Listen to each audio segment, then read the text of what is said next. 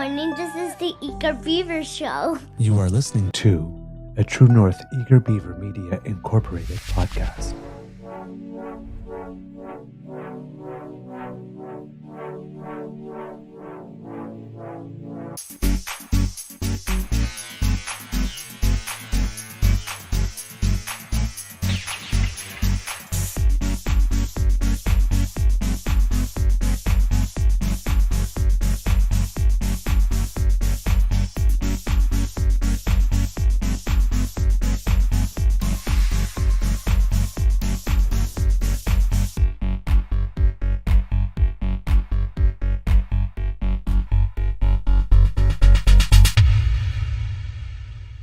The True North Eager Beaver podcasts are proudly brought to you by our founding sponsors, the Misfit Mysteries from Corvid Moon Publishing, your source for science fiction, fantasy, and cozy mysteries featuring a broad diversity of characters, CanadianTarot.com, your uniquely Canadian online eclectic tarot community, and the Peppermaster, hot pepper sauces made from farm-fresh ingredients to thrill your taste buds and expand your mind.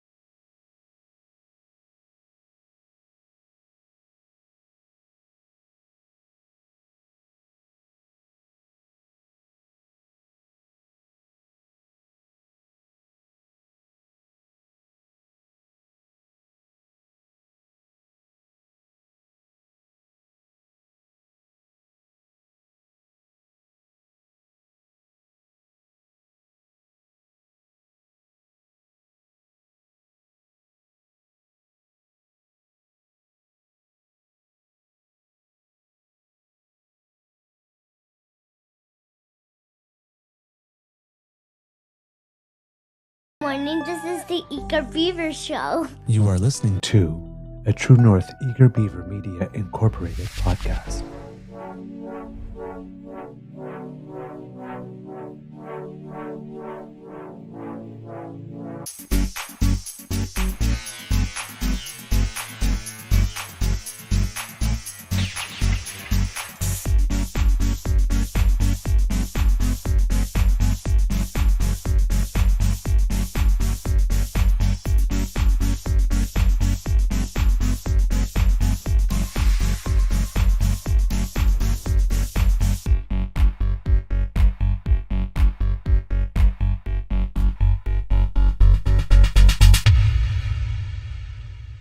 The True North Eager Beaver podcasts are proudly brought to you by our founding sponsors, the Misfit Mysteries from Corvid Moon Publishing, your source for science fiction, fantasy, and cozy mysteries featuring a broad diversity of characters, CanadianTarot.com, your uniquely Canadian online eclectic tarot community, and the Peppermaster, hot pepper sauces made from farm-fresh ingredients to thrill your taste buds and expand your mind.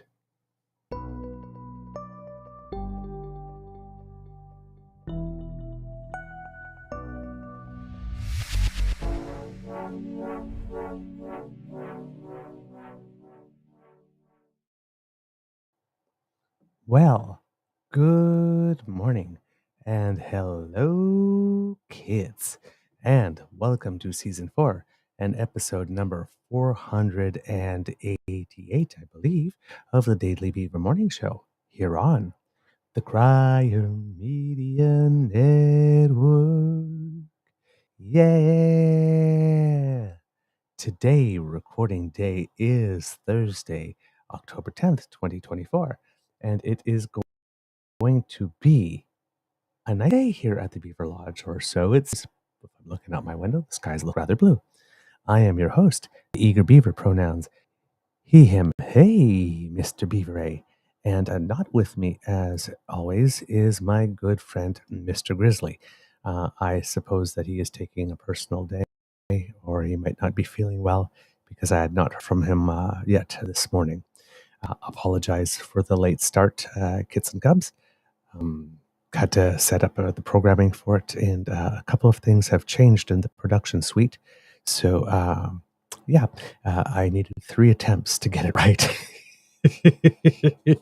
But third time is the charm. Yes, even though it's our fourth season when it comes to production, I'm still new. I thank you for your patience and your indulgence. It does mean the world to me because I cherish our get togethers every morning. I miss you when I don't get to see you, and you add a lot to my day. So it's very, very, very good that I was able to make it work because, yeah, yeah, I like spending time with you. I see a Kit Wade going, Thursday, son of a beach. I thought it was Friday. Yeah, I have weeks like that too.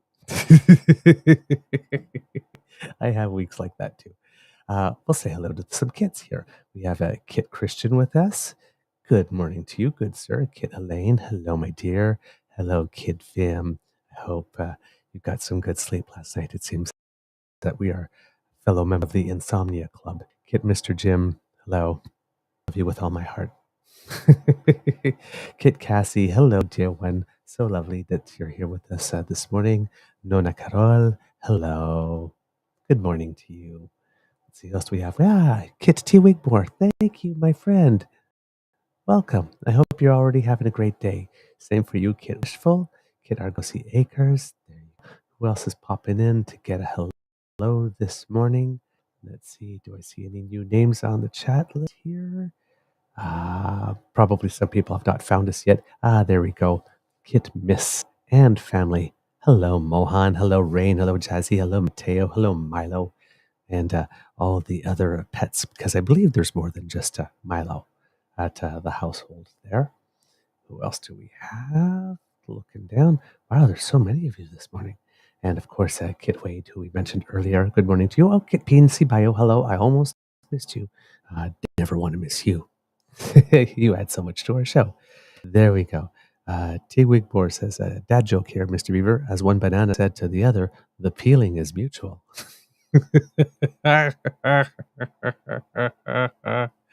And Kit Linda, I hope Paul doesn't have a migraine again. He's had them a lot lately.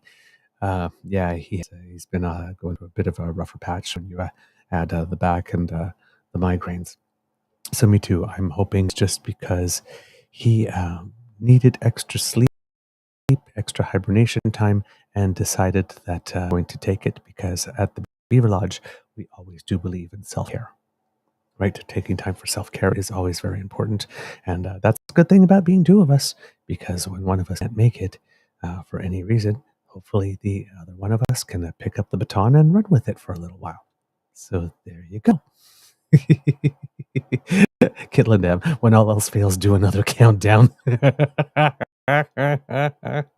Yeah, indeed. That happens to me a lot. That is the. I should actually have that embroidered and put on something in the background. All right, there we go. We have everybody. We have said hello. And yes, Kit Linda M. Today is indeed World Mental Health Day. And to that effect, it seems that there will be some activities within the government. Members of the Canadian Alliance on Mental Illness and Mental Health will mark World Mental Health Day by urging the government to, quote, address the ongoing challenges Canadians face in accessing mental health and substance use healthcare. That'll be just around 8 a.m., just hours before the New Democrat MPs, Peter Julian and Gord Johns, are set to brief reporters on a newly tabled backbench initiative aimed at ensuring better access to mental health services. So that will be the government activity today with regard to that.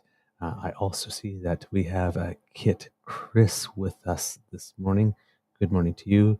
Kit Jordan's mom. Hello, dear one. Thank you so much for joining us today as well. Figured I'd get you some hellos before I start in earnest.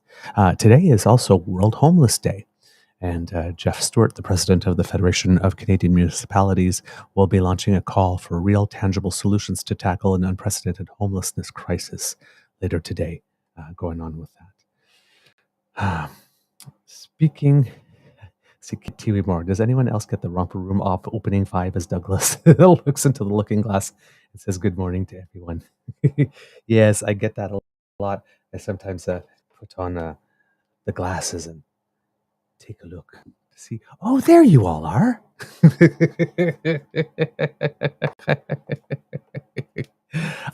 For those who are wondering about your Queen Beaver's curling success, Beaver Lodge curling report. Yesterday had 2 matches, had my 2-person stick and my doubles match, both with new partners this year. My doubles partner is actually Kit Michael, who you've been asking about, and just says that yeah, also sends his love again, saying that he's not ignoring everyone's situations that changed at work. There's been about a 10% decrease in business because the business that he's in depends a lot on discretionary spending, which of course has been reduced lately, and so there's been a little more work to do to try to make things all balanced and appropriately profitable, and that's what he's busy with the last little while. But hopefully he'll be able to be back with us in the mornings soon enough. So there you go. He sends his love. And also Kit Pete in Australia, I told him about all the love you were sending, and I heard from him yesterday, and he is doing better, and he has openings and leads to get appropriate care that he needs. At the moment, he had a tiny little bit of a health scare, but it seems that he's got all the resources that he needs to be able to get back on the mend, and he sends his love as well.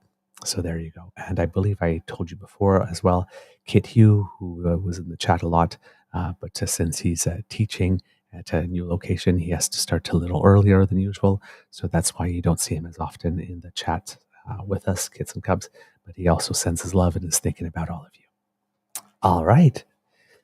So, since we were speaking about it being World Homeless Day, and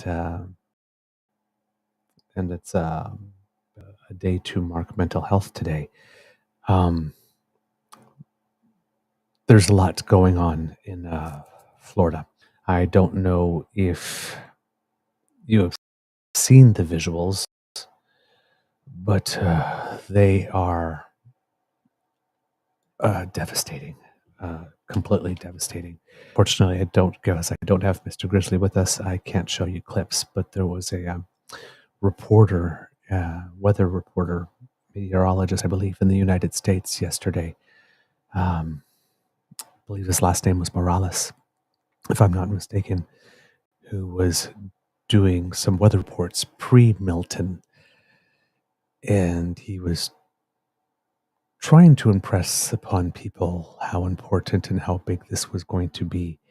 And while he was doing it, he choked up and actually shed a few tears because, well, as a meteorologist, he understands weather and he understands the history of weather. And even though it hadn't hit yet, he knew all the pain that was coming, could already feel it. So, you knew that this was serious. Initial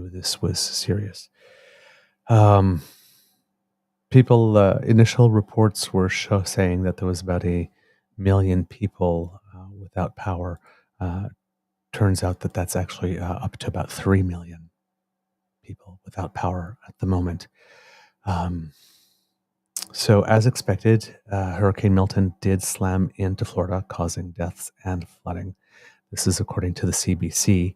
Hurricane Milton plowed into Florida as a Category 3 storm Wednesday, bringing misery to a coast still ravaged by Helene, pounding cities with winds over 160 kilometers an hour.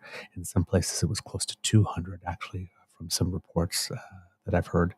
After producing a barrage of tornadoes yesterday when we were at the curling club, there was some people talking about it, and they said that they had heard that there had been either 90 different tornado warnings can't remember if they said 90 different tornadoes or 90 different tornado warnings just yesterday alone.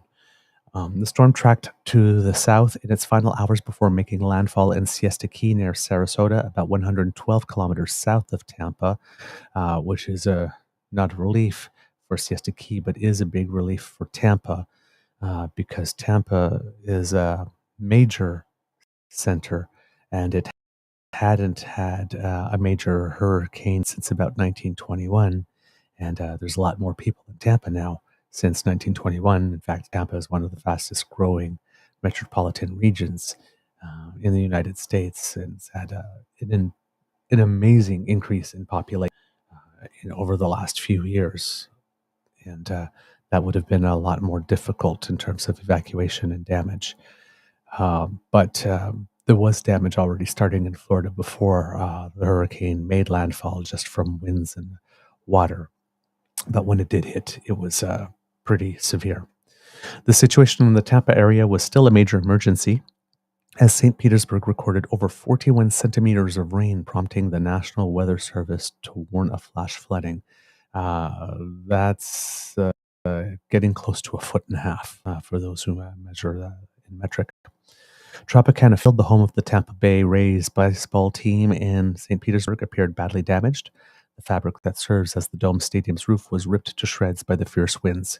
It was not immediately clear if there was damage inside. Multiple cranes were also toppled in the storm, the Weather Service said.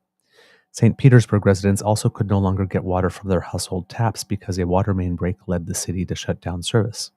The storm knocked out power across a large section of Florida, with more than 3 million homes and businesses without power as of early Thursday, according to Power Outage US, which tracks utility reports. Before Milton even made landfall, tornadoes were touching down across the state. The Spanish Lakes Country Club near Fort Pierce on Florida's Atlantic coast was hit particularly hard, with homes destroyed and some residents killed. Quote, "We have lost some life," St. Lucie County Sheriff Keith Pearson told WPBF News, though he wouldn't say how many people had died. About 125 homes were destroyed before the hurricane came ashore, many of them mobile homes and communities for senior citizens, said Kevin Guthrie, the director of the Florida Division of Emergency Management. About 90 minutes after making landfall, Milton was downgraded to a Category 2 storm. By early Thursday, the hurricane was a Category 1 storm with maximum sustained winds of about 135 kilometers per hour and leaving state near Cape Canaveral, Florida. Heavy rains were also expected to cause flooding inland along rivers and lakes as Milton traverses the Florida peninsula as a hurricane, set to eventually emerge in the Atlantic Ocean on Thursday. It is expected to impact the heavy populated Orlando area. And the airport in Orlando is the busiest one in Florida. Earlier Wednesday, multiple tornadoes spawned by the hurricane tore across Florida, the twisters acting as dangerous harbinger of Milton's approach. Videos posted to social media sites showed large funnel clouds over neighborhoods in Palm Beach County and elsewhere in the state. St. Lucie County Sheriff Keith Pearson posted a video to Facebook showing a 10,000 square foot iron building that had been twisted into a crumpled heap by a tornado. The structure was where the sheriff's office kept its patrol cars, but luckily no one was inside when it fell, Pearson said. Milton slammed into Florida, a Florida region still reeling from Hurricane Helene, which 2 weeks ago caused heavy damage to beach communities. Storm surge flooded streets and homes in western Florida and left at least 230 people dead across the south, including a dozen people in seaside Pinellas County alone. In many places along the coast, municipalities raced to collect and dispose of debris before Milton's winds and storm surge could toss it around and compound any damage. So that's the report that we have from the CBC for now. I'm also going to take some time, kids and cubs, to look at a couple of other places. Look at NBC, but nothing there specifically. Oh yes, there we go. The Weather Channel would help, maybe. Nope, nothing there as well. All right, so that's the best that I have for you now at the moment with regard to Hurricane Milton. There was. I will actually have something else for you too, kids and cubs, because CBC Front Burner had a show yesterday on about hurricanes that was very well done, and they had a guy on it that was talking about uh, some things regarded to it. Um, I believe his name was Eric Holthouse, and he is a meteorologist and climate journalist and author of the book "The Future of Earth: A Radical Vision for What's Possible in the Age of Warming." He was one of the people tracking Hurricane Milton over the course of the week, and the host, Jamie Poisson, asked Eric Holthouse how the storm got so big, and he answered, "Honestly, I've been doing this for about 25 years, and I have never seen a hurricane like this in the Atlantic basin, including the Gulf of Mexico. It is just shocking to me how quickly this storm intensified, how intense it is on the satellite images, and also the Hurricane Hunter measurements that flew through the storm. It feels like something different. I mean, like last night, for example, as the Hurricane Hunter plane was flying through, they recorded constant lightning strikes through the center of the eye wall, which is very unusual for a hurricane. It just is a sign of how intense and vigorous the storm was trying to strengthen." And then she asked, "Could you take me how it got so big?" And he answered, "Well, the easy answer is we have record warm Gulf of Mexico waters right now. So hurricanes use water temperature as the main source of fuel to grow. There's also a setup right now to where it's pretty gentle through the atmosphere across the Gulf of Mexico right now. So it was really in an undisturbed environment that let Milton strengthen to almost the theoretical maximum for what a hurricane could ever achieve in the Gulf of Mexico." And that's why yesterday we were talking about certain climatologists and meteorologists wondering if should start creating a Category 6 hurricane level. The diameter of the eye was only 3 miles wide at its most intense last night. So if you think about a figure skater bringing their arms in and spinning more quickly, that's what happened. So there's a law of physics when sometimes you see a figure skater jump or spin and you see them bring the arms real tight in fast. When you're spinning and you bring your arms in, it actually accelerates your spin. And if you open your arms out to create, you know, um, uh, like the air around you just moves differently, then you slow down. So if you're spinning and got a good spin on, you could slow down by opening your arms and then speed up again by bringing them together and open and spin, and you can sort of change the speed of your rotation. So when he's talking about a diameter that's only 3 miles wide, if the diameter is really small, like a figure skater coming in like this, start to spin slow, and then bringing their arms in and going faster. Host Jamie Poisson said, "It's skirting along the coast of Mexico as it tracks towards the United States, so this was before it made landfall. What's it looking like in Mexico right now?" And then he said, "Thankfully, right now, the hurricane's radius of maximum winds is small still, so unusual. So usually after hurricanes, it has a very narrow and very intense band of wind, and that has kept the worst of the storm offshore, thankfully. But it's still just about 50 miles offshore, and any job towards the south would greatly increase impact on the Yucatan in Mexico. And I mean, as vulnerable as Florida is, I would think that the Yucatan is even more so vulnerable to a storm like this." Then she was asked about the projections for the course that it's going to take in terms of making landfall in the United States. Said that the hurricane was expected to make landfall near Tampa Bay, and it did, about 112 kilometers south of it, in the west central part of Florida on Wednesday night. The impact of the storm will begin much sooner than that, though. I mean, about 24 hours before they'll start to see those high tides start to increase in height. There will be at least 3 tide cycles that will be potentially record levels in west central Florida. And they were suggesting that there could be surge values up to 10 to 15 feet, and water expected to rise even higher at 6 feet above the height of most people. So that means that vehicles can get carried away and structures would start to fall.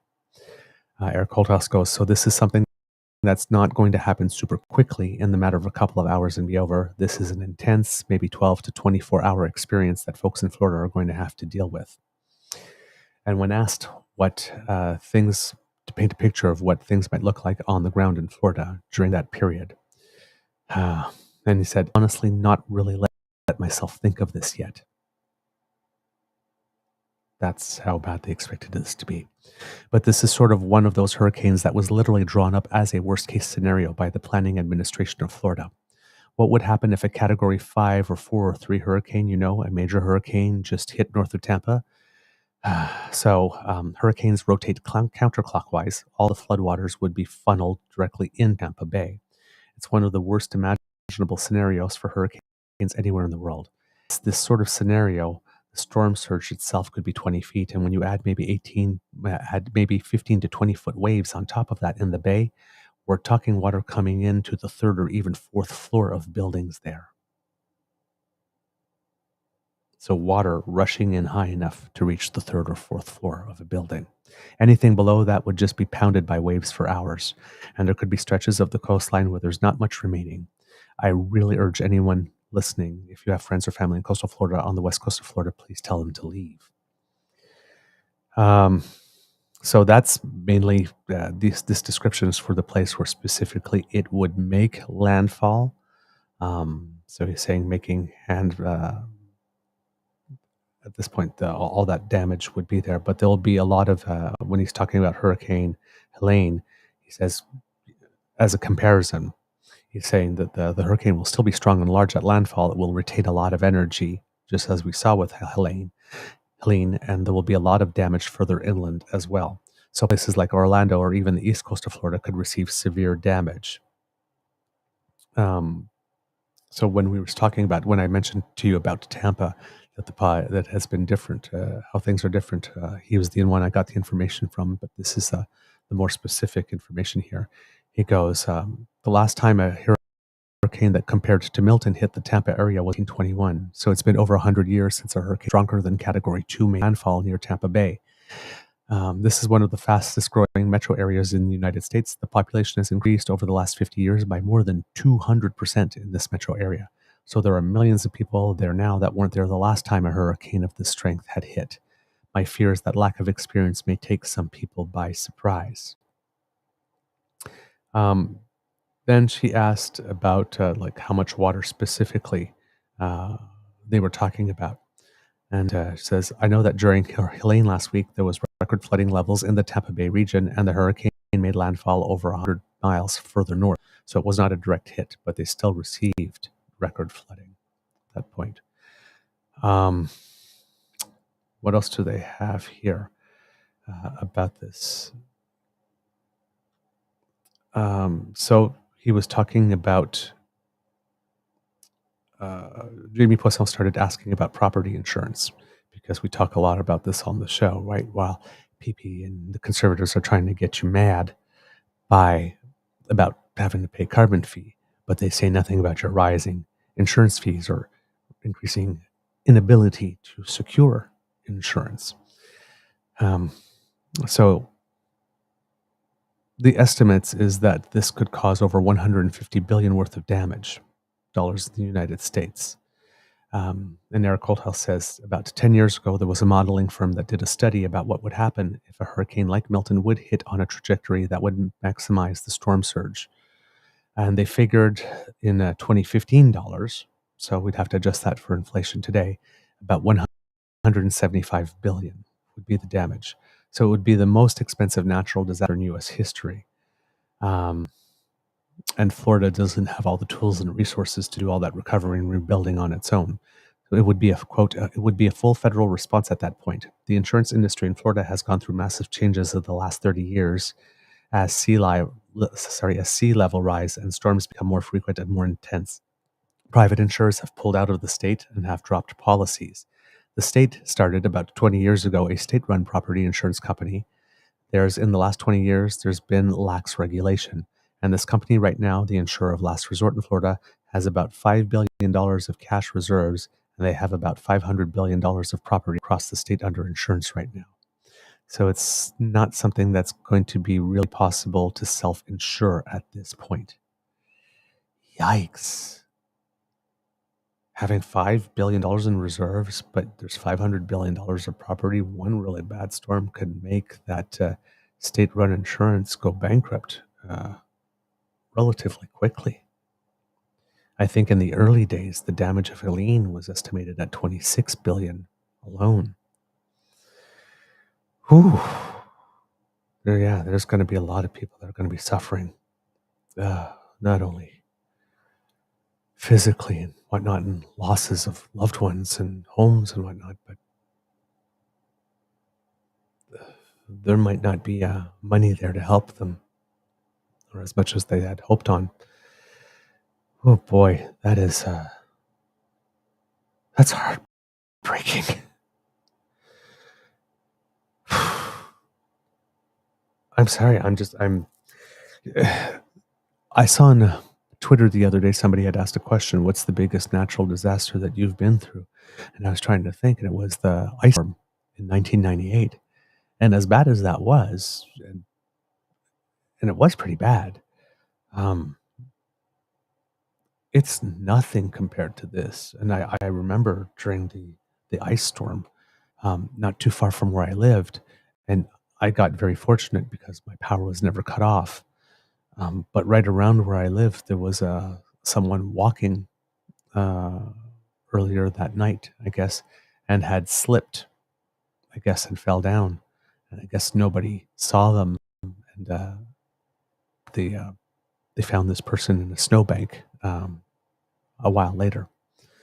Um, it's that, uh, that image and that story always stayed stuck with me because, again, it's just one of those things that I can't imagine an end to a life in that way. I mean, I know these things happen. People die in natural disasters, and people have, you know, freak accidents and just silly accidents. You slip on the floor in your bathroom, crack your head against the sink, and there you are. Um, but yeah, I can't, I can't imagine having an accident like that and being alone, and it's, the weather gets you. It's just something that's not present in my reality. Um, those are just horrible deaths. They're just horrible deaths. Okay. So let's keep on with this. Jamie Poisson asked about information and all that kind of stuff that is going on. And he had answered to that, it's a shame, really. You would hope that during times of national struggle and crisis that we would come together as a country and put our neighbors' lives and livelihoods above politics. But we're right in the last few weeks of a presidential election, and I don't really know or understand the reasons why someone would say that we're using a space-based weather weapon. It it just doesn't fit with reality. But it distracts real resources away from FEMA and the state local officials to go and rumor response. I know FEMA launched a rumor control webpage, like that could have been doing better things with their time this last week, but the time was used to create that. So I know the time and effort is being wasted when these kinds of rumors are circulating or being intentionally created in this case. And then before the interview was over, he asked if there was anything else he would like to say. And he said, I think, and this is a quote here, I think that this is a moment when it's really a humanitarian moment.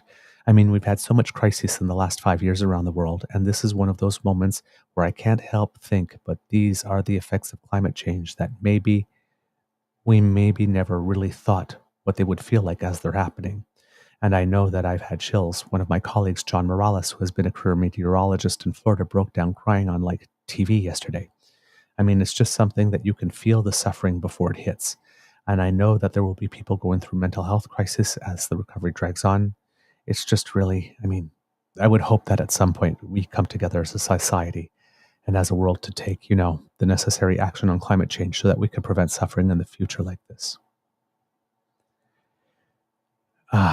So yeah, that is, it's, pardon the expression, but shit's gotten real down there. There's going to be a lot of death. Like we reported, Hurricane Helene, there were 280 deaths, and still about 75 people missing at the last time I heard an update. Um, I assume that it's going to be more here. and if there are people that are trapped because, the people that had money and funds and means to evacuate did, but there's a whole bunch of other people that are staying in shelters in their regions that are being beaten down. Um, there are people that, have mobility issues and couldn't escape. There are people that don't have money and couldn't escape. I was hearing an interview this morning with a lady who lived in her car, who went to a homeless shelter. It's like her car, which is her home, may not be there afterwards, and she's already homeless. So what does she do after this? Right? There's just so much devastation. There's just so much devastation. Going to the chat here and seeing what some of the kits have to say. Kit PNC Bio, if you've ever been to Tampa, you know it's not the richest part of Florida. I've been once, and that is true. Kit Saucy, tornado outbreaks during hurricanes. There were over 130 tornado warnings by the end of the night. Thank you for bringing that information. Let's see, what else do we have from here in the chat? Because you kids have been very, very active. Let's see, what else do we have here? Maybe that's it. Kit PNC. No, Kit Saucy. Tiny storms are more intense. Hurricane Juan was a very tiny storm. It did a lot of damage across Nova Scotia, but especially Halifax. Yeah, it was. I was in Halifax a couple of days after it had hit, and the busted trees and power lines and all that kind of stuff and damage. So yeah, we saw it. It was Juan did do a pretty big number there. Kit Nina, we are so Canadian that we're talking about everyone's weather because we care and want the accurate info. Yeah, indeed. It reminds me of that Air Force sketch where everybody's waiting at a bus stop and everybody's talking, it's cold. Oh yeah, it's cold. It's cold. And then like all three people are talking about it's cold and the fourth person arrives and they start talking about it's cold and then they mention something that has nothing to do with the weather and everybody doesn't have anything to say. And it stops with, but man, is it ever cold? Yeah, it's cold.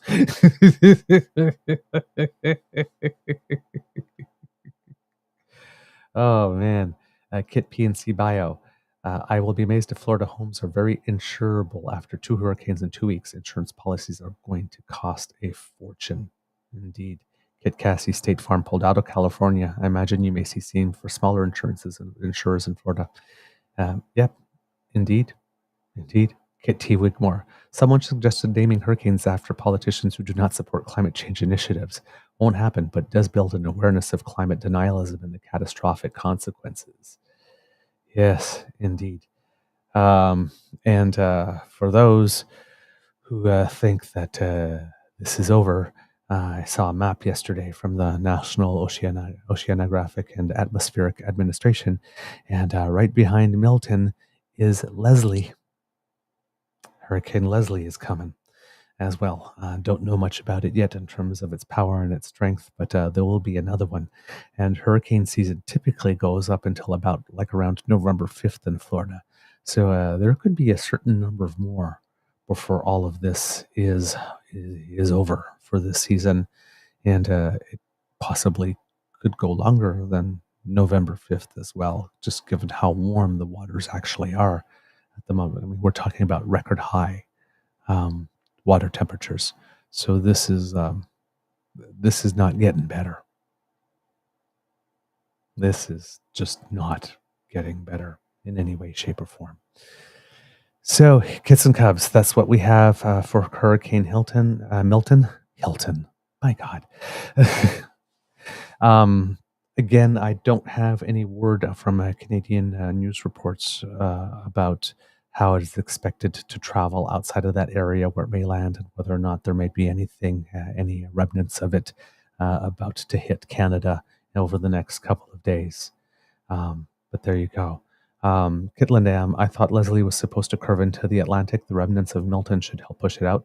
Hopefully that would be the case because there are a lot of hurricanes that don't end up making landfall. They just stay on the water in the ocean and then die out there. But that would be that would if that's good if that would happen this time around, because the people of Florida have certainly been through more than enough. Kit Saucy here comes in with an update. Leslie is staying out to sea. A weather system between Milton and Leslie is keeping that storm off the coast. Hopefully that weather system maintains and that continues. Yeah. Wow. This is something. That's big news. All right, Kits and Cubs, moving on from that. There are today, with regard to the confidence motions and all that kind of stuff and the pressure on the Liberal Party to meet the Bloc Québécois demands, there's certain things going on today. The Bloc Québécois leader Yves-François Blanchet says that the Liberal government only has days left to secure his party's support in the House of Commons by agreeing to boost some pensions and shield supply management from concessions and trade talks. Quote, "The solution is so simple. It is so simple that I do not know what more I could explain," Blanchet said Wednesday. "They know what we want. They know how to proceed to give, not only us, but those in Quebec and Canada who want it. They know how to give it. Quote, they only have to proceed or find themselves another way out of this, but they know how we will behave." It's actually not that simple, as Monsieur Blanchet would like you to believe. Now, a lot of people are wondering why Blanchet is doing this, because we talked about this about when the Liberals didn't support the Bloc's motion. We thought it was a surprise because the Liberals had stronger support with Canadians 65 and older, and this is a move that would definitely benefit them and shore up that number. But for the Bloc Québécois, there are some other motivations, because we're wondering what's in it for them. Why did they go for this rather than something else? Well, the Bloc Québécois' support in Quebec comes primarily more from older Quebecers, older Québécois than younger, as the those of them who are still alive from the René Lévesque days and the Parizeau days, and are still holding on to the dream. Well, they tend to be older. So this is the Bloc doing something for its base. And the Bloc also has a good amount of its seats in rural Quebec, which is where the issues of supply management are the most felt, are the most prevalent. So none of this from the Bloc Québécois is particularly altruistic. When you're turning around and go, well, why do they want to help all those Canadians with the OAS payments as well?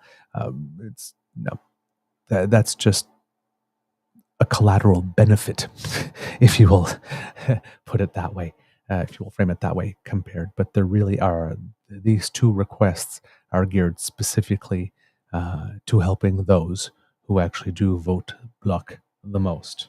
So it's not entirely altruistic. There is some strategy behind that as well. Blanchet has given the Liberals until October 29th to grant a royal recommendation to C-319, a Bloc bill that will hike old age security payouts by 10% for seniors between the ages of 65 and 74. The government topped up OAS payments for seniors aged 75 and older in 2022. Now today, this is according to iPolitics, in a rare show of cross-aisle cooperation, two Team Trudeau frontbenchers are set to join opposition MPs at a mid-morning rally on the parliamentary front lawn in support of a Bloc Québécois-initiated bid to permanently bar future governments from putting Canada's dairy, poultry, and egg supply management systems on the table during a trade negotiation. That will take place around 10:30 this morning. And this is something that's very important to Quebec, because they always turn around and say, you've got to protect supply management, and the U.S. always wants us to remove it. And in Canada, we do make some concessions on supply management, but we always do it with some form of compensation to those who will be losing as a result of it. That's is the sort of the standard practice here in Canada. As soon as we put something supply management on the table, then it comes with that type of package for those who would be losing business as a result. Now, at this event, on the speakers list, as per the advisory, will be Revenue Minister Marie-Claude Bibeau, Agriculture Minister Lawrence Macaulay, the Bloc Québécois leader Yves-François Blanchet, as well as the bill sponsors, Bloc MP Luc Thériault, and the party's trade and agriculture critics Yves Perron and Simon-Pierre Savard-Tremblay, as well as representatives of the New Democratic and Green caucuses.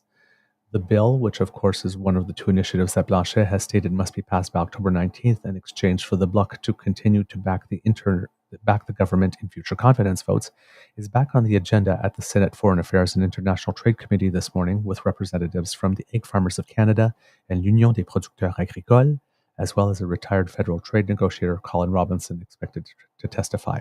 And for those who don't speak French, l'Union des producteurs agricoles is the union of agricultural producers.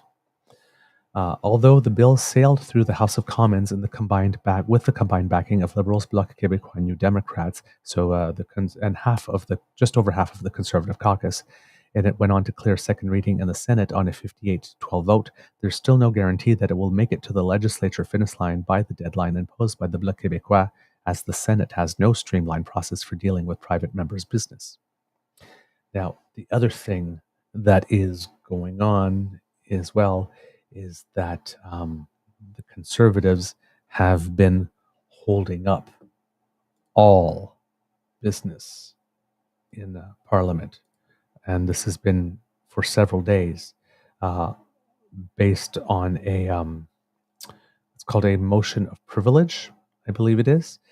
Now, when there is a motion of privilege in the House of Commons, basically what happens is that all House of Commons business stops in order to deal with the motion of privilege, and all business remains stopped until such time as that it is dealt with satisfactorily.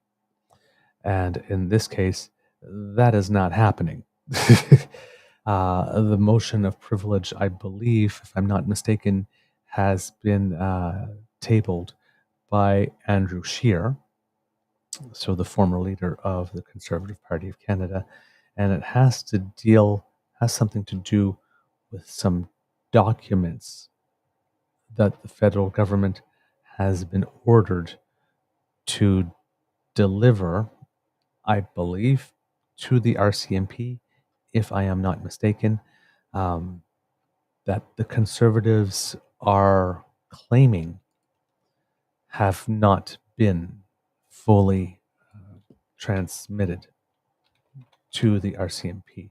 Now, there seems to be, how would I put it, some dispute as to whether or not those documents actually have been received or not, but we'll get to that here.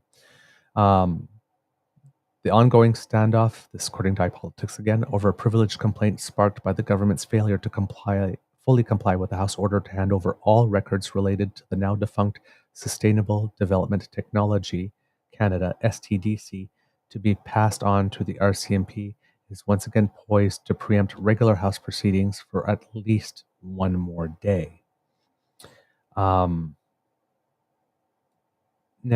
it seems that when it comes to that request, the RCMP says that it has the documents at the center of a debate. This debate that's bogging down the Commons. This is from Darren Major from CBC, which was posted on October 4th, so this was 6 days ago. Quote, the RCMP says it has documents connected to a political debate that has brought down government business in the House of Commons to a halt. But a letter from the House law clerk suggests not all of the documents have been submitted by the government. The governing Liberals have been unable to move forward on any legislation since Speaker Greg Fergus ruled last week that the government, quote, clearly did not fully comply with an order from the House to provide documents related to a now defunct foundation responsible for doling out hundreds of millions of federal dollars for green technology projects. This is the thing that the Conservatives keep on referring to as the Green Slush Fund, allegedly. That House order said the documents should be transferred to the RCMP to investigate potential criminality. RCMP Commissioner Mike Duhem told reporters Thursday the Mounties already have the documents in question. Quote, we did receive the documents and there is an investigation ongoing, so I will limit my comments to that, Duhem said when asked about the debate in the House. CBC News asked the RCMP if all the documents related to the House order, um, and wow, that actually is the sentence as written. CBC News asked the RCMP if all the documents related to the House order. Sorry, related was used differently than I had read it the first time. A spokesperson for the RCMP only said the police force received a batch of documents in August as a result of the House order. Quote, the RCMP can confirm having received the documents from the Office of the House of Commons Law Clerk relating to Sustainable Development and Technologies Canada, which were collected in August pursuant to an order of the House of Commons, the spokesperson said in an email. Quote, while the Commissioner has confirmed there is an investigation given its ongoing status, the RCMP is not in a position to provide additional details pertaining to the documents in question. But a letter from the House Law Clerk to the Speaker's office suggests the RCMP may not have received all the documents the House requested. The letter dated September 16th says that more documents from Innovation, Science and Economic Development were still forthcoming at the time. It also says that documents from the Department of Justice were, quote, currently completely withheld. Despite the investigation, Duham says the RCMP has no reason to suspect criminal wrongdoing in the case.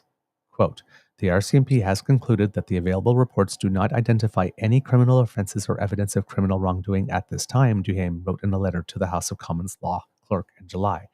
And you have to understand that it has been a constant criticism or constant strategy, I should say, from the Conservative Party to accuse absolutely everything that the Liberals are doing as being a crime, right?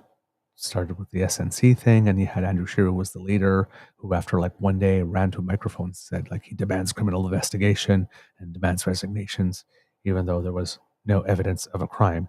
And then later on, when Jody Wilson-Raybould was testifying about it, she literally said there was no laws broken at this case. And then we had the whole thing with what they called Arrive scam. And then they said, that was a whole bunch of criminal activity there. And now this green slush fund, and there's a whole bunch of criminal activity there. And in none of these cases has there been any charges laid of any kind, even though the RCMP has looked into stuff. Now, Arrive scam may still have some, or what they call Arrive scam, but that there's a difference between criminal charges against members of the government and then criminal charges against people who receive government money or government funding or are in charge of administrating government funding. Those people are not part of the government, who don't do their jobs correctly. And then there needs to be some criminal activity or action or investigation or even charges. Those are two separate things. Now, opposition parties and all parties do that. If it happens to affect an employee, will then take that and then use it to try and take the government with it and say, see. But there's a difference between Dean Del Mastro, for example, going to jail for the crimes he committed, or Pierre Poilievre having a lifetime deferred prosecution agreement with Elections Canada for violating election law, or the Conservative Party of Canada actually having to go to court and plead guilty to election overspending during the in and out in order to keep two senators and two party big shots out of jail. And money that the government distributes to an organization to administer, and let's say the head of that organization does something that is not very, very cool with that money, and then they get charged. It's two entirely different levels. And that's why I find all the constant conservative complaining about the Liberal Party being corrupt and this being the most corrupt government in the history of Canada very, very rich. Because your party, which is a relatively new creation, since it existed, has already pleaded guilty in court to crimes, had a minister go to jail, and has a current leader that has avoided prosecution for crimes that he committed, that I'm pretty sure he didn't think he was going to have a good outcome in court, because you usually don't sign a deferred prosecution agreement if you think you're completely innocent and you're going to win. Should it go to trial? All in the short few years of their existence. And I've been on this planet 51 years now, and the first government that I noticed when I started becoming interested in politics was the Mulroney government. And that one had the Airbus scandal. And then after Mulroney, there was the Chrétien government. And there was an ad scam for that one. And there was also something to do with the Shawinigan, having to do with a golf course or something of that sort. Paul Martin wasn't there long enough to do anything wrong. He's the one that actually called the Gomery inquiry, which a lot of people say that that's what led to him falling as the prime minister when the information from that started coming out, even though Paul Martin wasn't responsible for any of it. It happened under the Liberals' watch. The Liberals had been there a long time, and, well, I guess Paul Martin was just too honest, wanting to get the facts out and wanting it to be investigated and go through an inquiry. So he got it, and then we got the Harper crew, and right in not the first election, because they lost the first one to Martin, but in their second election under Harper, the first one that they, Skippy air quotes, won, they cheated.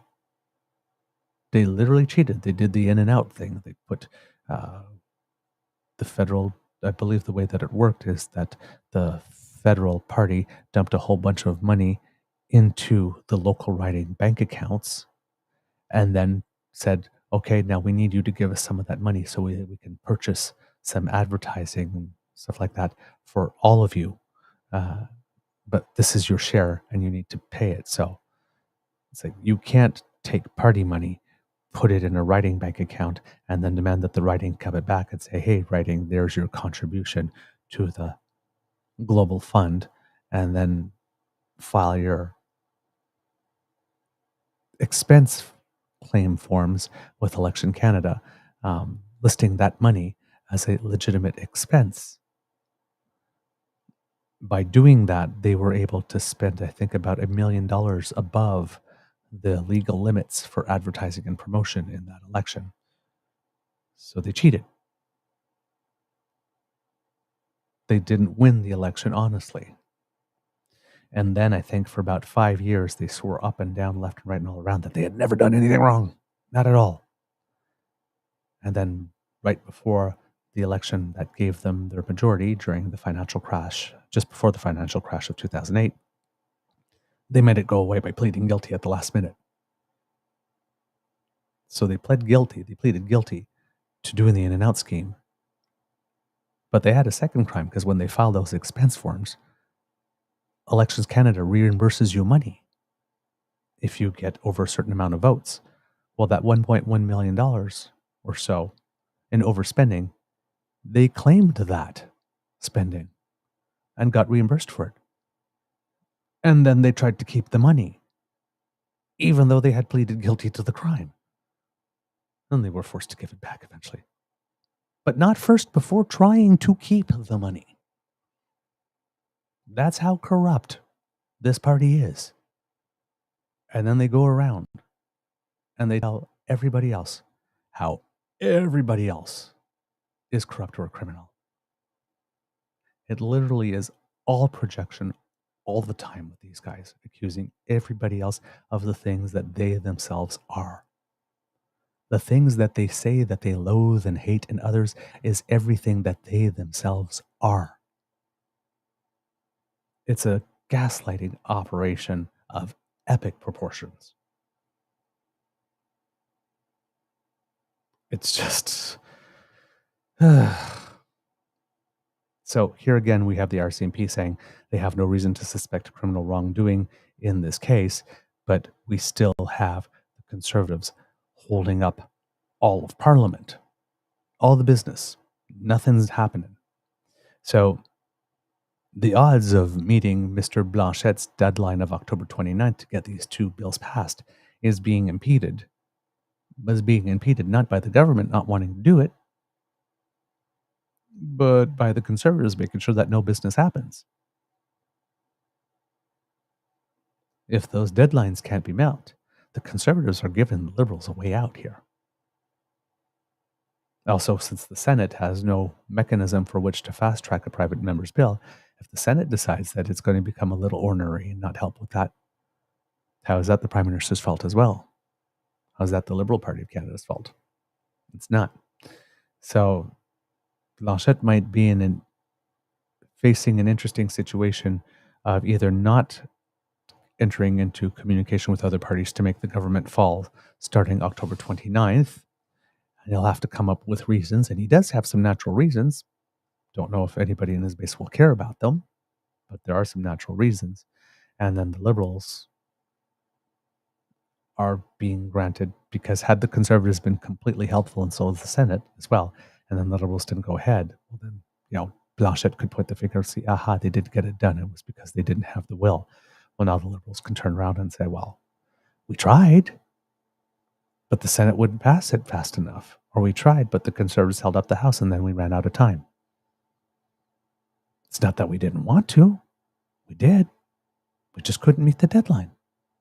Other things happened that made it so that we couldn't do it, that were out of our control. So there's some interesting potential narratives that are coming out of this. But back to the alleged Green Slush Fund. Back to the CBC report here. In the same letter, the commissioner also warned that the RCMP would not be able to use documents in an investigation if they were obtained through the actions of the House of Commons. And this is a procedural point that's very, very important that the Conservatives want you to believe. Nah, screw that. That's not important. Don't pay attention to that. But it is. Quote, the RCMP's ability to receive and use information obtained through this production order in the course of a criminal investigation could give rise to concerns under the Canadian Charter of Rights and Freedoms, he wrote. In June, the federal government abolished a $1 billion green fund in response to a report by the Auditor General that pointed to significant lapses in its handling of the federal funding. So this is a situation where the federal government put in some money for a fund, and then there was a board administering it, and there was a head of that company, Sustainable Development Technology Canada, and they were doing whatever they do to dole out that money. And apparently they might not have been doing the right things with that money, or being as careful or meticulous with it as it should be. Well, you can blame the government maybe for appointing these people there. Ultimately, it's your fault. You appointed the people. You created this. But these are really decisions by the people who were handling the funding. Auditor General Karen Hogan said Sustainable Development Technology Canada violated its conflict of interest policies 90 times by awarding $59 million to 10 projects that were not eligible and frequently overstated the environmental benefits of its projects. The Liberals have raised concerns about the House interfering with the independence of the police by providing the RCMP with the documents. Government House Leader Karina Gould called the request for the documents an abuse of Parliament's power and claimed it tramples on the Charter of Rights of Canadians. Quote, let's be very clear. This is the Conservatives trying to muck up Parliament, Gould said Thursday. Conservative members of Parliament are here for their own political personal objectives, and they don't care what they do to Canadians in the meantime, and that is something that should be extremely alarming to all of us. Conservative House Leader Andrew Scheer disputed that claim. He said the Charter of Rights exists, quote, to protect the people from the government. It's not there to protect the government from accountability by the people. Quote, the Liberals are willing to have the Parliament ground to a halt rather than hand over this information to the RCMP for a potential criminal investigation, Scheer told the Canadian press on Thursday. In its ruling last week, Fergus said, quote, it was unprecedented for the House to require the government to produce documents for the purpose of providing them to a third party, the RCMP in this case. Fergus suggested that the matter be studied at the House Procedures Committee. MPs have been debating how to proceed ever since. Because the matter has been ruled a question of privilege, it takes precedence over all other House businesses until the issue has been resolved. That's the end of the article. There's a clarification here. The bottom, while the RCMP says it has received documents related to the House of Commons order, the ongoing debate in the House is about whether some documents are being withheld specifically. And they're based on the RCMP statements, there's seems to be a little bit of lack of clarity when they say they've received the documents. I don't know if the RCMP is aware of what all the documents are supposed to be, and maybe can and cannot say. But the clerk definitely says that all the documents were not handed over. But we have here, as mentioned, government producing documents for the purposes of providing them to a third party. And that reminds me a little bit of during the convoy what Federal Justice Richard Mosley said when the RCMP had reasons to suspect certain people and they needed to freeze some bank accounts and brought the evidence to the banks directly and said, please freeze this account, rather than bringing the request, let's say, to a judge that would look it over and then say, okay, yes, you can bring, and then turn to the bank and look, yes, bank, you can comply with this order. So the RCMP in this case was providing documents to a third party here in order to get the account seized, which is what the federal justice deemed was the unconstitutional part of it. So it wasn't seizing the bank accounts, it was the fact that there was no independent party in between that could authorize that. So the RCMP was going to a bank and asking for personal information and expecting to get it. And nobody was verifying whether or not that was the case. And there was no set criteria that was standardized and that had been approved for determining which cases could be brought to the bank to ask for additional information, which couldn't. Everything was pretty ad hoc and in the moment. So having that type of system and then having it an independent third party being able to review this type of stuff would be what was needed to make that particular move constitutional. So there might be some parallels here. I'm not a lawyer, but this is like the parallel that I see. I could be wrong on this one. This is sort of like my best analysis as a non-lawyer, trying to draw some links. But if there are some actual lawyers, constitutional lawyers out there in our audience, and would let me know if I got that right or set me straight if I got it wrong, I would very, very much appreciate it. But that's sort of my best inference based on what I know, admitting that my knowledge when it comes to constitutional law in this particular domain of it is limited at best. But yeah, that is what's going on in the House. Now let's take a look here and see if Kit's had some comments with that as well. Let's see. Look at Lanam. I thought the RCMP said that they have the documents. Indeed. The question is whether or not they have all of them, and the RCMP has the ability to determine for itself whether or not they have all of them in this case. Kitsasi, the RCMP are investigating people within Tim Houston's team for stealing funds from his campaign account. Yeah, I saw that on passed by my feed today. I didn't have a chance to look at that all that quickly, but since you mentioned it, let's see if we can go find that report too, Kitsasi, because I am glad you brought that up. So let's see, Tim Houston, RCMP. This will also, there we go. This is from CTV News Atlantic here. Nova Scotia Premier Tim Houston said he was notified on Monday evening that funds had been allegedly stolen from the Pictou East Riding Association. Houston has represented the riding as an MLA since 2013. Houston said the exact amount of the missing funds is unknown at this time, but he notified New Glasgow police of the incident and confirmed there was an investigation underway. This is from reporter Jesse Thomas with the CTV Atlantic here. Houston held a press conference Wednesday to announce the investigation into missing funds. He said money from the riding association's bank account was withdrawn without authorization. Quote, immediately on Monday, the matter was reported and the individual to the local police. I can't even begin to explain the incredible level of betrayal that I feel and that my riding executive feels about this matter. I have a wide range of emotions, as you can imagine. Of course, I'm angry. I'm sad, I'm hurt, but most of all, I'm just really devastated for the volunteers, for the association who work so hard on behalf of the association, on behalf of myself, the party. Elections Nova Scotia was notified of the missing funds on Tuesday. A notice was sent out to party members Wednesday to notify them of the investigation. Houston said police urged him to limit the amount of information he provided to the media to protect the investigation. Quote, we want the truth and we want accountability and we want answers to the questions, said Houston. The investigation must run its course. Houston stressed the party is seeking truth and accountability, but wouldn't give a dollar figure except to say that it was in the thousands. Quote, this is someone that has been known to me for a long time, said Houston. Houston said it's a small group of volunteers in the Riding Association that would have access to the bank account. New Glasgow Regional Police confirmed Monday that they received reports that money has gone missing from the Pictou East Riding Association.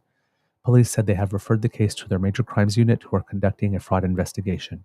Quote, They are only in the early and preliminary stages of the investigation at the point in time, with officers gathering information and evidence, and Constable Ken MacDonald, Public Information Officer with the New Glasgow Regional Police. No arrests have been made at this time. And this would be another example of something that I mentioned earlier about, when it's the government's responsibility and when it's someone else's. This is a riding association executive. Yes, it's affiliated with the party, but the riding associations are not should not be directed by the premier. At that point, there should be enough distance between them. So again, if somebody within a riding association decides to embezzle some money, for example, and then that's creates an easy opening for opposition parties to go, see, the whole party's corrupt. What kind of ship are you running there, Mr. Houston? No, as much as I'm not a conservative supporter, this is not something that you can blame Mr. Houston personally for, unless there are some documents that show that. But that's just, again, someone who was known to him who turned around and did something that was not okay for whatever reasons. And there could be thousands of reasons, right? For which people embezzle money. Sometimes it's greed or whatnot, but sometimes they're in trouble somehow. They got themselves in trouble somehow and need some quick cash. So they do things that are not above board to try to make another problem go away, but it just causes other problems down the road. So it could be a situation like that. We don't know. There's no details. This is just speculation at this moment, but trying to look at it from all possible angles. But these are the types of stories when you see happen in government that a lot of people will try to take and run away and try to smear the leader of the government for, when legitimately they could have absolutely nothing whatsoever to do with it as a government. It's just a sucky person that was in their midst who decided to do a sucky thing. It's sad that happens, especially if it's and I can understand if it's someone that you know and someone that you trusted and you've been betrayed like that. That would be a tough hit to take as a person. So there you go. Let's see if we have something else here in the chat. With regard to any of these stories, I'm seeing a lot of stuff about CPP here and retirement benefits. I'm glad that there's some good conversation in the chat about a whole bunch of subjects here. All right, probably not right here. Okay, good. Exactly. So we're going to move on to another subject.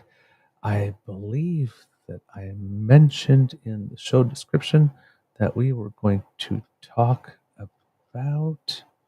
Oh, darn. Wish I could find it. Hold on. Because I want to make sure that I talk about all the things. Yeah. Oh, yes. The environment. Yes. Couple of things happened.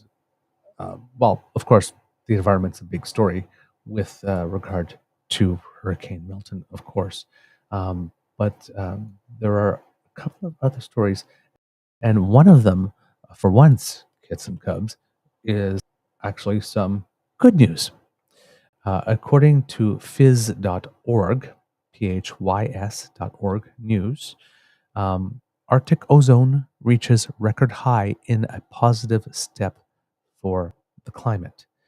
Earth's ozone layer holes over polar regions where the stratospheric ozone level is significantly depleted have been a prevalent feature of climate change news in recent decades.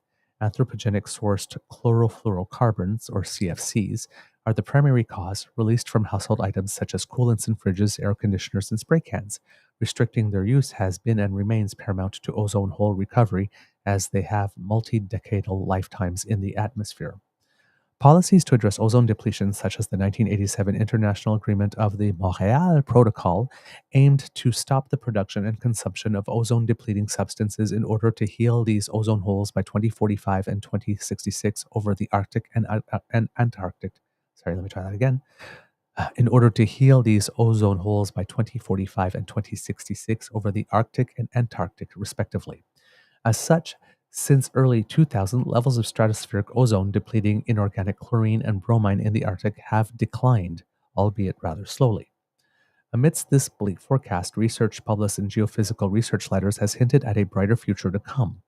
Dr. Paul Newman, chief scientist for Earth scientists at NASA's Goddard Space Flight Center, and colleagues identified March 2024 as a record high month for Arctic ozone since the 1970s, following a period of overall increase through the winters of 2023 to 2024. Above average ozone levels continued to persist through September 2024. This is significant as previously spring has been associated with ozone depletion when high CFC levels were coincident with large cold rotating low pressure meteorological systems known as polar vortices. The research team highlighted the significance of this research as primary evidence that CFC levels are now declining. In order to allow the ozone layer to begin its lengthy recovery, Dr. Newman said, quote, "Ozone is the Earth's natural sunscreen.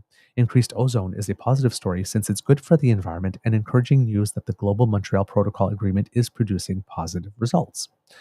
To explore this change, Dr. Newman and colleagues investigated meteorological and satellite backscatter ultraviolet data to observe the total column ozone, which is the total amount of ozone from Earth's surface to the top of a particular column of the atmosphere, since 1979. The March 2024 ozone average peaked at 477 Dobson units, which is 6 Dobson units higher than the previous record in March 1979 and 60 Dobson units higher than the average for the study period from 1979 to 2023. Daily record levels for the Arctic occurred for approximately half the month, with March 20th seeing the maximum of 499 Dobson units. They found that the lowermost portion of the stratosphere, which is about 10 to 20 kilometers above Earth's surface, experienced record high temperatures for 23 days of the month, coincident with these elevated ozone levels due to warmer weather systems moving up from the underlying troposphere into the stratosphere. This contrasts with known extreme ozone depletion events in 1997, 2011, and 2020, which occurred during periods of prolonged polar vortices. The causal mechanism for these anomalous temperature and ozone levels in March 2024 is attributed to enhanced winter eddy heat fluxes from atmospheric Rossby waves. These waves move into the stratosphere and cause a downward motion in the polar regions, leading to warmer polar temperatures. The waves also slow the stratospheric polar night jet stream, or polar vortex, around the Arctic, leading to air from the mid-latitudes converging on the pole, transporting more ozone into the region than normal. Quote, "Arctic ozone is controlled by direct depletion of ozone by chlorine and bromine compounds and ozone transport," Dr. Newman explains. For the former scenario, the temperatures were too warm for much depletion. For the latter case, waves that propagate into the stratosphere from the troposphere move ozone into the Arctic, warm the polar region, and decelerate the polar vortex. El Niño events in the Siberian snow cover have been examined as controlling processes for ozone transport, but do not appear to have a major impact. The stronger than normal transport seems to be caused by a random weather year with significant propagation of Rossby waves into the stratosphere, and it is likely that the declining levels of oxygen-depleting substances and rising levels of carbon dioxide helped further elevate Arctic ozone to a record level. Given that carbon dioxide levels are still projected to increase in the years to come, Dr. Newman states that it is highly likely that more of these record ozone events will continue to occur. Quote, "Climate change is believed to be impacting the strength and stability of the stratospheric polar vortex. For example, changes in surface temperature and pressure that result from sea ice loss can increase generation of Rossby waves, resulting in a weaker and unstable polar vortex. In addition, global ozone is expected to slowly increase because of the Montreal Protocol. The combination of these two factors will create favorable conditions for high polar ozone values. While the Arctic and Antarctic overall respond similarly to the effect of Rossby waves, those in the Arctic are much stronger and therefore ozone levels are higher than in the South Hemisphere, which experiences more pronounced ozone holes." Quote, "The Arctic has a much stronger source of Rossby waves propagating upwards into the stratosphere, quantified by the stronger eddy heat flux. Hence, the Arctic is warmer, has a weaker vortex, and much more ozone. Because the Antarctic has a very cold vortex that can contain the relative chlorine, we have deep ozone holes each year," Dr. Newman states. Using this insight, coupled chemistry and climate models project a 10 to 30 Dobson unit increase in Arctic ozone from 2000 to 2025, resulting from reduced ozone depleting substances in the atmosphere and elevated greenhouse gas levels. Furthermore, calculating an ultraviolet index for a clear sky at noon based upon this data, the 2024 Arctic ozone level screened more UV, leading to a 5% reduction in the UV index compared to the average across the 1979 to 2023 study interval. Ultimately, ozone recovery is paramount to protecting life on Earth. Otherwise, the increased incoming UV radiation from space can have a plethora of consequences, from reducing plant growth, affecting the lungs of the Earth and agricultural food supply, and disrupting marine food chains by impacting growth on primary producers, to enhanced incidence of skin cancer and immune deficiency disorders in humans. There is now hope that one day these ozone holes will heal. How's about that? So, this is now the second time, at least in my lifetime, that I know of people getting together to do something to help the environment. The first one was acid rain, where people got together, did the stuff that they needed to do, and it worked. Acid rain and ozone. So there is no reason to suspect that if we didn't actually put the pedal to the metal on greenhouse gases, that we could have the same positive effect eventually. But it is very nice to know that the science is there to indicate that the hole in the ozone layer is gradually repairing itself, and that everything that the scientists told us, that if we reduced our CFC consumption and tried to find alternatives to change our consumer behavior, that would help to fix the problem. And it appears that it is true. So once again, there is no reason to be holding back on GHGs or to be entertaining the position that there's really nothing that we can do as humans. There is. There absolutely is. And we do have proof of it. So that is good news with regard to the environment and climate change. The other bit of news I had was from AP with regard to claims that the path of weather could be controlled, the latest conspiracy theory. So they had some people come out to debunk that. This is according to Melina Walling and Seth Bornstein of the Associated Press. Hurricanes are humanity's reminder of the uncontrollable, chaotic power of Earth's weather. Milton's powerful push towards Florida just days after Helene devastated large parts of the southeast likely has some in the region wondering if they are being targeted. In some corners of the internet, Helene has already sparked conspiracy theories and disinformation suggesting the government somehow aimed the hurricanes at Republican voters. Besides discounting common sense, such theories disregard weather history that shows the hurricanes are hitting many of the same areas they have for centuries. They also presume an ability for humans to quickly reshape the weather far beyond relatively puny efforts such as cloud seeding.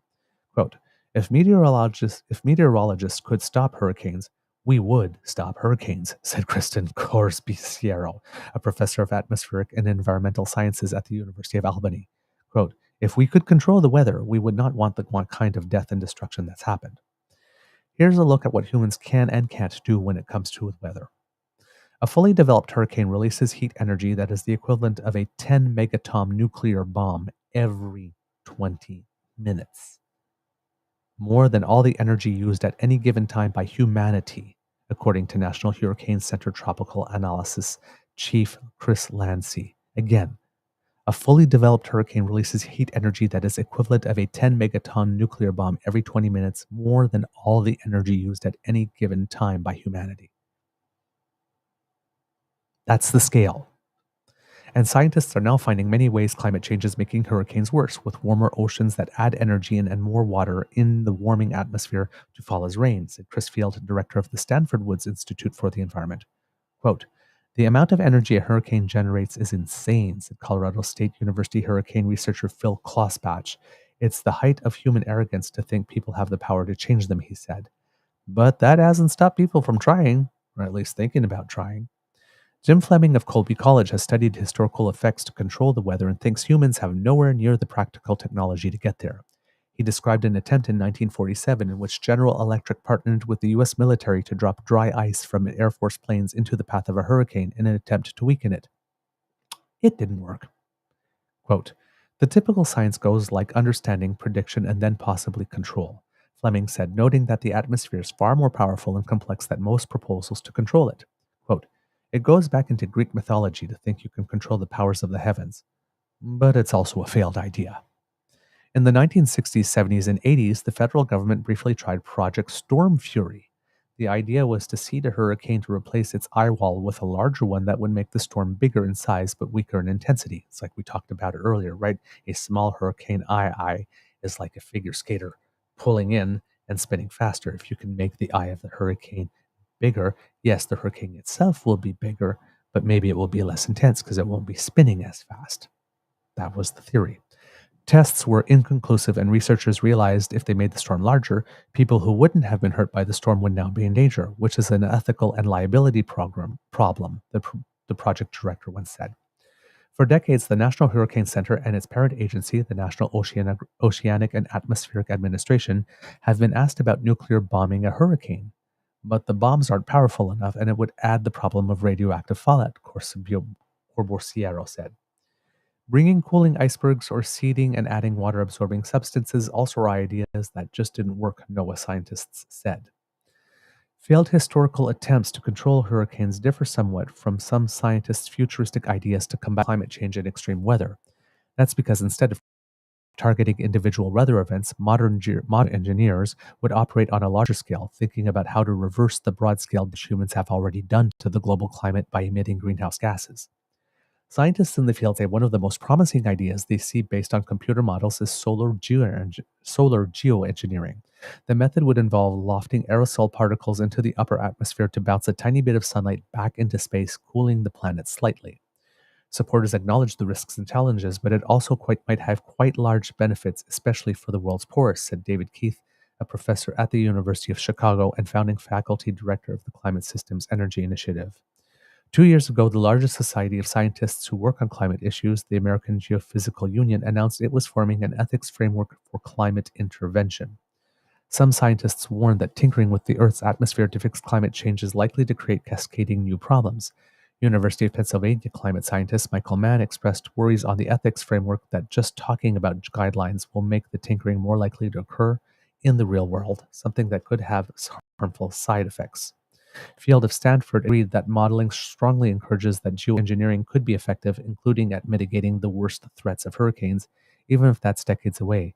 But he emphasized that it's just one piece of the best solution, which is to stop climate change by cutting greenhouse gas emissions.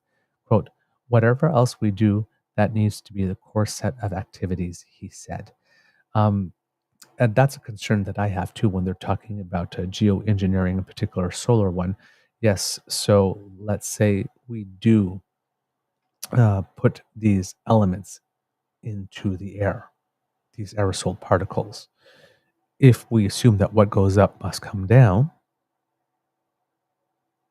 I'm not sure that this applies in this case. Again, I don't have the scientific knowledge, but assuming that the aerosol particles do come down at some point, well, then they do get into the places where we grow food and the places where we have water.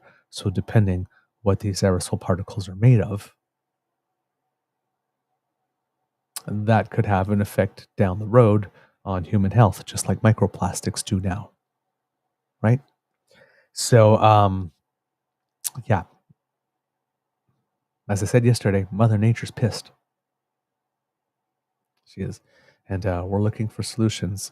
And we often do that when it comes to climate stuff. We don't take the action because, well, we believe that some deus ex machina event will happen and science will come down and hand us over a technology and then everything will be solved and we won't have to change our behavior. That's the whole thing with carbon capture and storage, for example. I'm old enough to remember when Harper told us that when we were asking, what's your plan for the environment? So he kept on saying, we have our own plan. Okay, well, what is it? We have our own plan. That's literally all we heard. And then we heard about the sector by sector regulation thing where they only ended up regulating 2 of the sectors out of all of them. And the big plan was carbon capture and storage. We're going to, build up this industry and, they will go out and they will just capture and store all the carbon and our problem is solved. Well, here we are in 2024 now, many years after Harper made that initial promise to us that carbon capture and storage and sequestration was going to be the technological thing that was going to save us.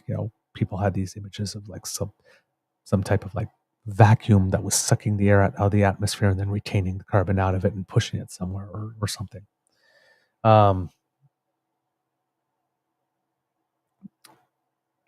There, we're still in the experimenting phase. We're still in the pilot project phase. We're still trying to develop data. There's uh, lots of debate about how effective it is, particularly for the money that we put in.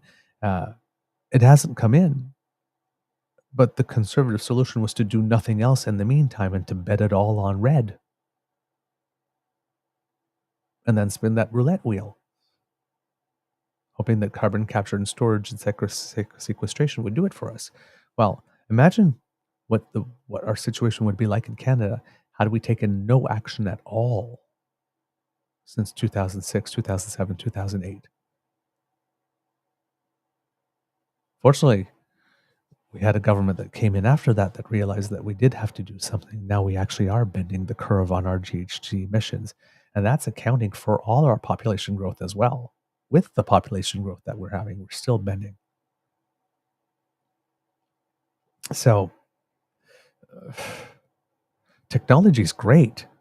It's fantastic. It's great that there are people on this planet that have curiosity and incredibly analytical minds, and ability to see things under different angles and perspectives, and solve problems. But by the time you find a solution, test it, discover that it works, are able to mass produce it and mass deploy it and get governments all around the world to agree to fund that, that's not something that's happening in a few years, just 2 or 3 years.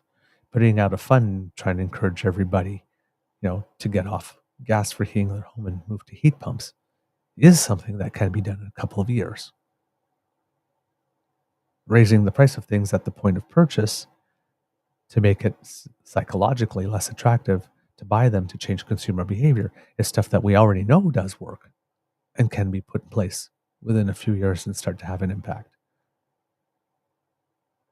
But you can't, you hope that technology will come along and provide an assist. But if you're first banking on, we don't have to do anything, technology will solve it for us, that's putting yourself in a very, very dangerous situation. You absolutely need to have a better plan. That can be a plan B or a plan C, but that is not a plan A in any way, shape, or form. And I hear here, Kitland and the wildfires aren't helping. No, because all the carbon that's stored. I mean, there's the carbon from burning something, first of all, but all the carbon that's been stored and all those trees that go up in wildfires then get released. Right? So it doesn't really help us much better. Kit Saucy again, can someone please read some Carl Sagan and Bill Nye before they think of this? Kit Christian, don't put these in the air. Kit PNC Bio, I thought Trump had it right when he was talking about nuking the hurricanes. Let's see, according to this, the article that we read from the AP, even the power of a nuclear bomb would not be big enough to impact, given the power of an actual hurricane. But indeed. All right. Since I have a little bit of time left with you before we have to go for today, there was one other topic I mentioned that I did want to talk about, and that is intergenerational fairness. That's a theme that the government of Canada has been using a lot lately. It's been appearing in their press conferences and in their press releases and things of the like. And it's coming up again and again in various ways. With the housing crisis, for example, the environmental crisis, are we being fair to the future generation by not doing what we need to do to clean up our own mess?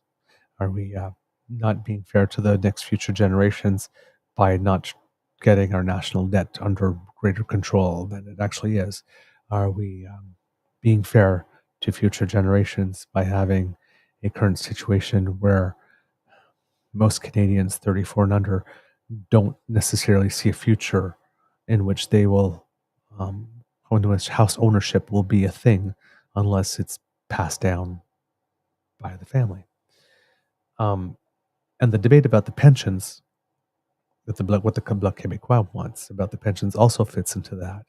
Because as we mentioned on the show, if you are doing the analysis, the group age-wise demographic that is the most sheltered against poverty at the moment are seniors. We've had, for all intents and purposes, a guaranteed minimum income for this group for a good while since the creation of OAS and GIS.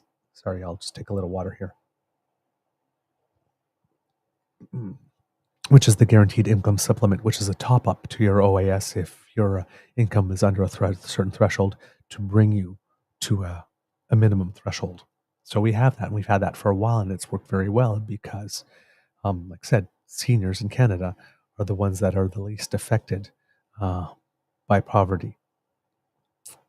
So it might be some time to pay attention to younger Canadians who are more affected, or single Canadians, or Canadians living with disabilities, or Indigenous peoples living in Canada.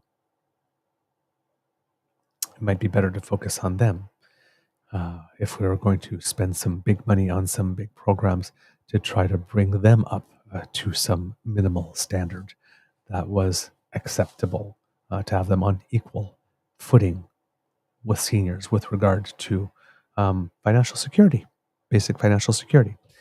So, and that's why the move from the Liberals to not support the Bloc motion on raising the OAS by 10% for people 65 to 74 came as a bit of a plot twist. But you can see the strategy in it if the Liberals plan to present a next budget and run on the next election on stuff to shore up things for the younger generation. And in Quebec itself, that would be turning around and saying, look, the Bloc abandoned you. The Bloc said if you have $3.5 billion to spare, you need to dump it in this program, which is like one of the fastest growing programs in nation in terms of cost,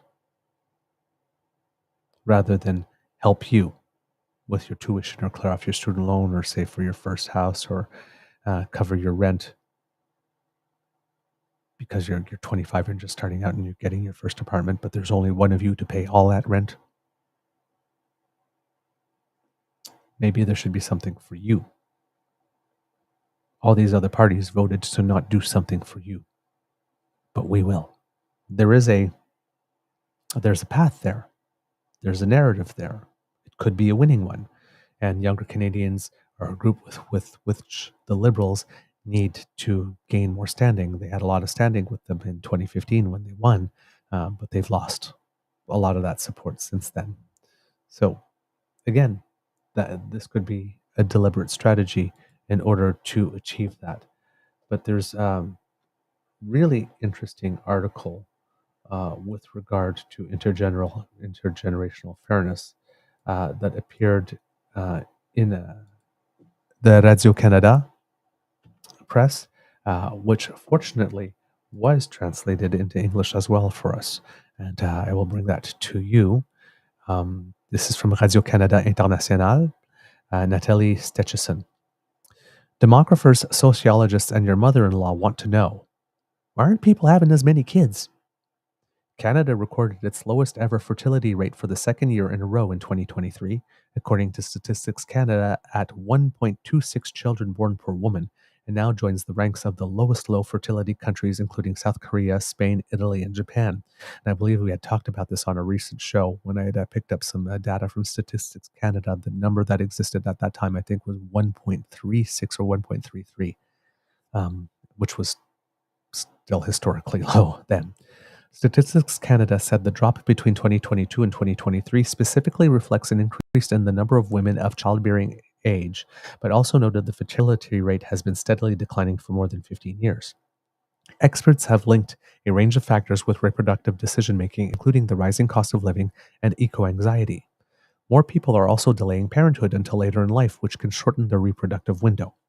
But there's also a significant cultural aspect. Larger families with multiple children are simply no longer the ideal, like they were a few generations ago, said Lisa Stronshine, a sociology professor at the University of Alberta and the editor in chief of the journal Canadian Studies in Population.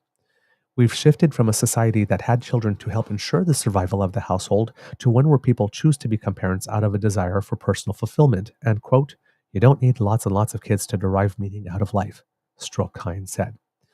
That's reflected in a number of parenting platforms dedicated to those raising only children, like One and Done subreddit with 72,000 members, or the 21,500 videos posted with the One and Done hashtag on TikTok.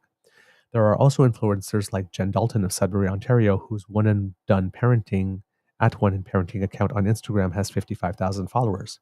Quote, no longer do sleepless nights and postpartum anxiety and depression plague me. I do have time to focus on myself while also focusing on my daughter and my marriage, Dalton wrote in a post in May. Quote, we have a beautiful balance in our lives. The recognition that having children is increasingly costly, time-consuming, and stressful was reflected in a recent public health advisory issued by the U.S. Surgeon General. In August, Vivek Murthy warned about the impact of modern stresses on parents' mental health, saying today's parents face unique challenges. Quote, parents across all backgrounds want to provide their kids with a foundation for happiness and success.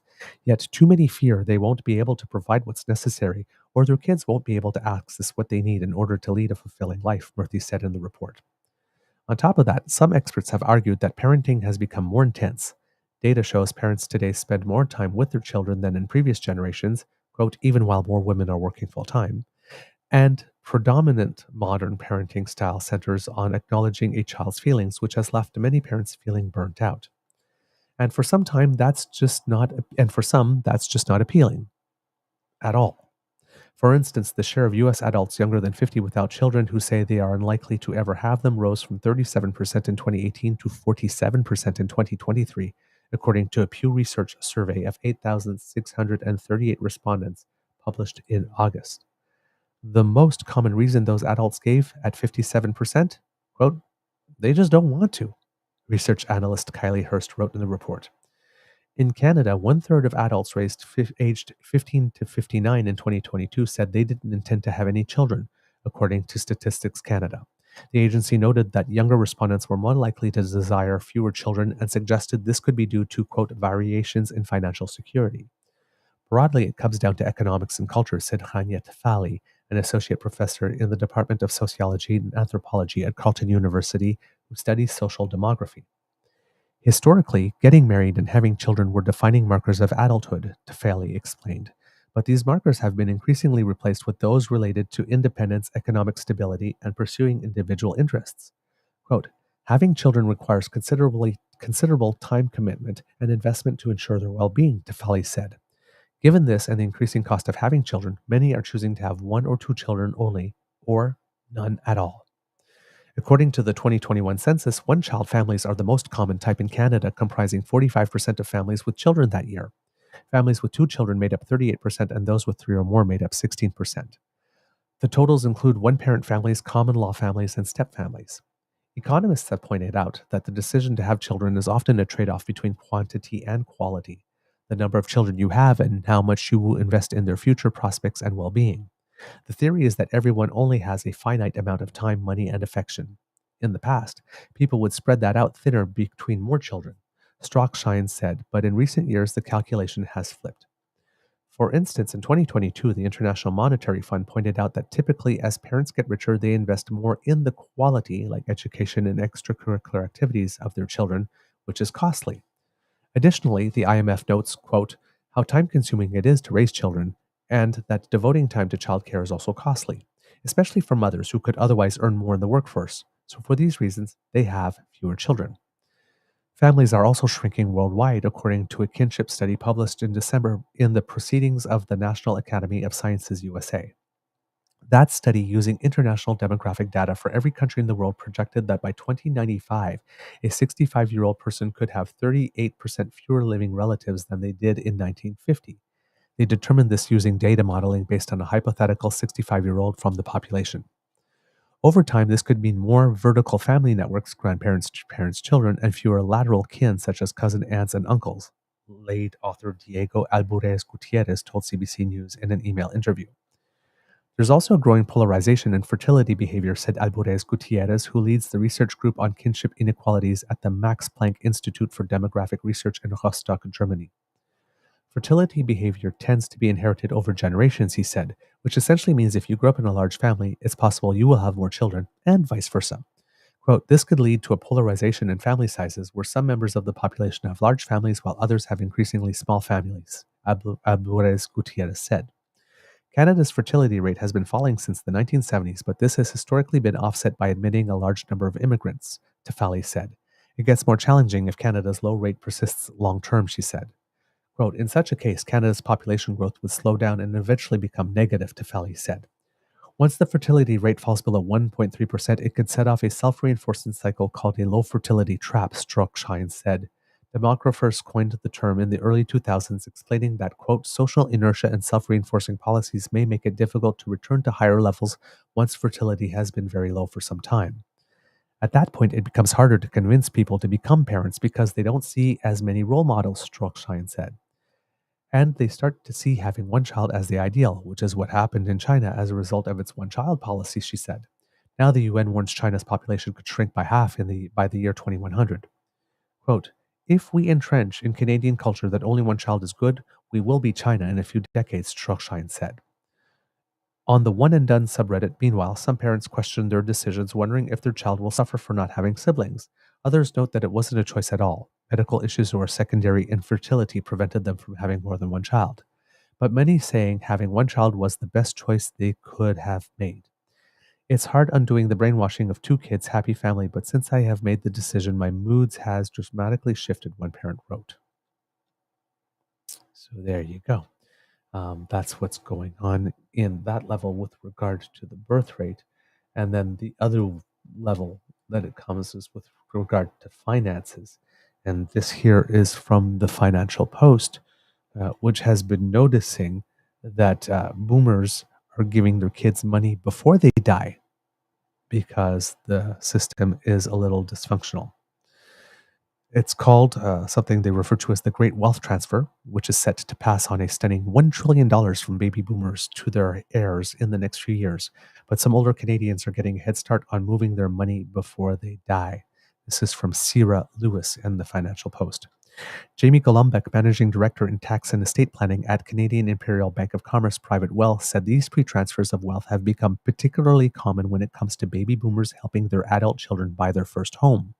Quote, it has become almost unaffordable, completely unaffordable, depending on the market, certainly in Toronto and Vancouver, but even some of the other major cities where most of our clients are, Golombek said. Ultimately, it's just impossible for the average person to be able to get even the down payment together to buy a first home without significant aid from parents. So yes, we're seeing this literally every day. A June report from CIBC said the share of first-time home buyers who received financial help from family members has climbed up from 31%, up from 20% in 2015. The average gift stands at about $115,000. Quote, the bottom line is that the parents have done a financial plan, they feel they're in good shape, and they have excess cash that they really don't need, Golombek said. He added that in many cases, these parents are paying taxes at a higher rate due to their wealth, so transferring some funds over to their adult children can be a smart financial move, especially if they plan for their children to inherit these funds anyway. And since Canada doesn't have a gift tax, parents don't have to report a cash gift to their children on their tax return, although withdrawals taken from a registered retirement savings plan or registered retirement income fund to fund a gift are subject to tax. Amanda McKenna, Associate Portfolio Manager at Verican Capital Management Incorporated, also believes older Canadians want to see the effects of their gift giving while they're still alive. Quote, people are living longer than they have in the past, she said. Older Canadians, quote, are realizing that by the time they pass away, their kids are a little bit older, so it may be better to help them out now while they're starting out. Golombek said he's seen situations where parents are living into their 90s and their kids are in their 70s but haven't received their inheritance yet, even though they could have made use of the money much earlier in their lives. But Paul Kershaw, a policy professor at the University of British Columbia and founder of Generation Squeeze, a nonprofit that advocates for generational fairness, says there's another factor that's encouraging these pre-transfers of wealth. Quote, boomers came of age at a time when hard work just really paid off, he said.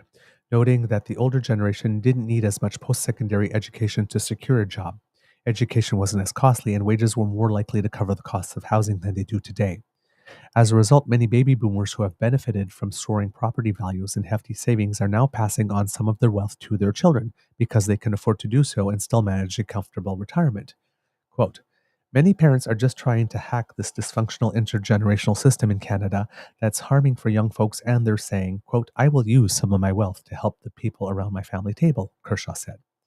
But one problem he pointed out is that there is still a small proportion of older people who don't own homes or have much wealth to pass down, which means their children won't be benefiting from this wealth transfer and might not be able to afford property ownership. A recent Statistics Canada report supports this theory, revealing people born in the 1990s whose parents were homeowners were twice as likely to own a home in 2021 than those whose parents did not own homes. This inequity could create two major issues. One is that Generation Z and millennials who aren't homeowners could age into retirement with higher levels of economic insecurity. The other is that younger people who do manage to become homeowners end up wanting their assets to increase in value as well, perpetuating the cycle of housing unaffordability. Quote, I think we need millennials and Gen Z to say this trend stops with us to restore affordability for all, Kershaw said. We need home prices to stall so earnings can catch up. A significant portion of federal spending is going to older Canadians, Kershaw further noted. The cost of old age security program is set to climb to nearly $100 billion by 2028-29, representing 18% of federal program spending that year, and currently surpasses spending for other benefits like employment insurance, which is at $26.5 billion, and the Canada Child Benefit, $27.3 billion, which are more likely to benefit young people. Kershaw said affluent older Canadians need to consider whether more federal spending can be allocated towards investments in housing or even childcare and post-secondary schooling.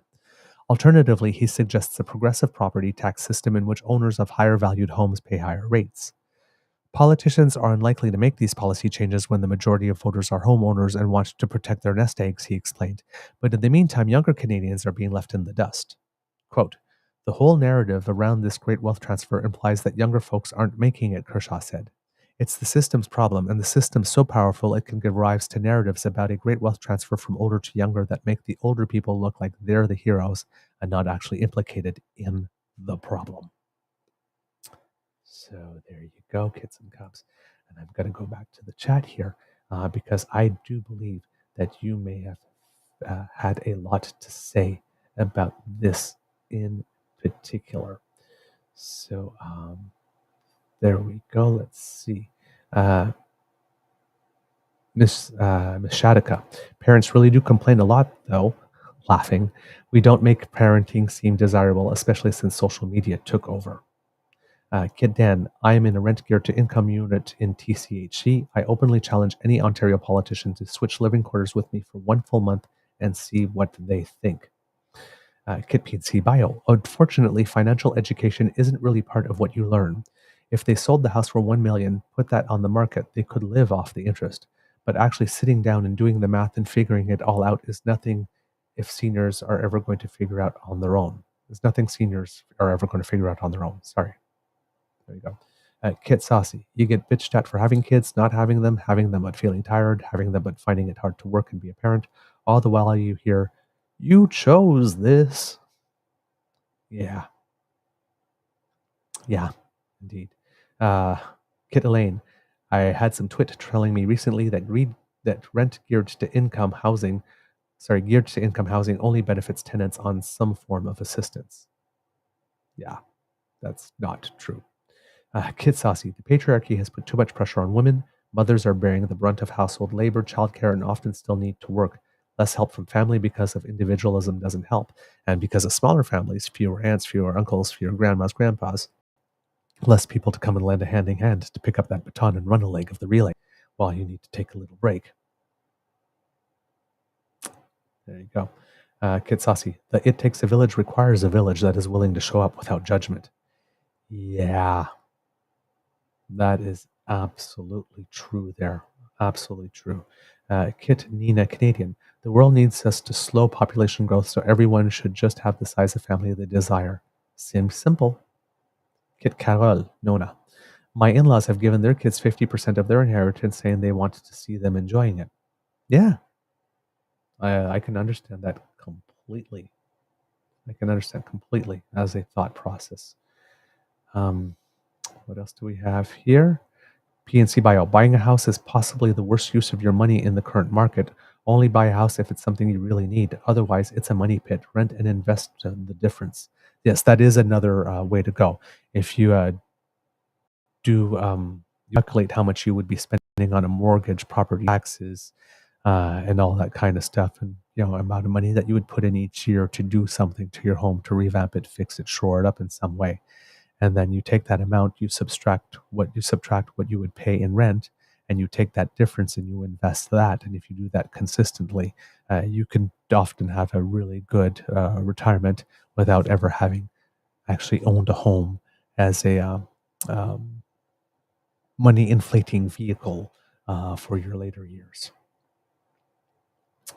So, yeah, I have heard that as well, PNC Bio, in the past.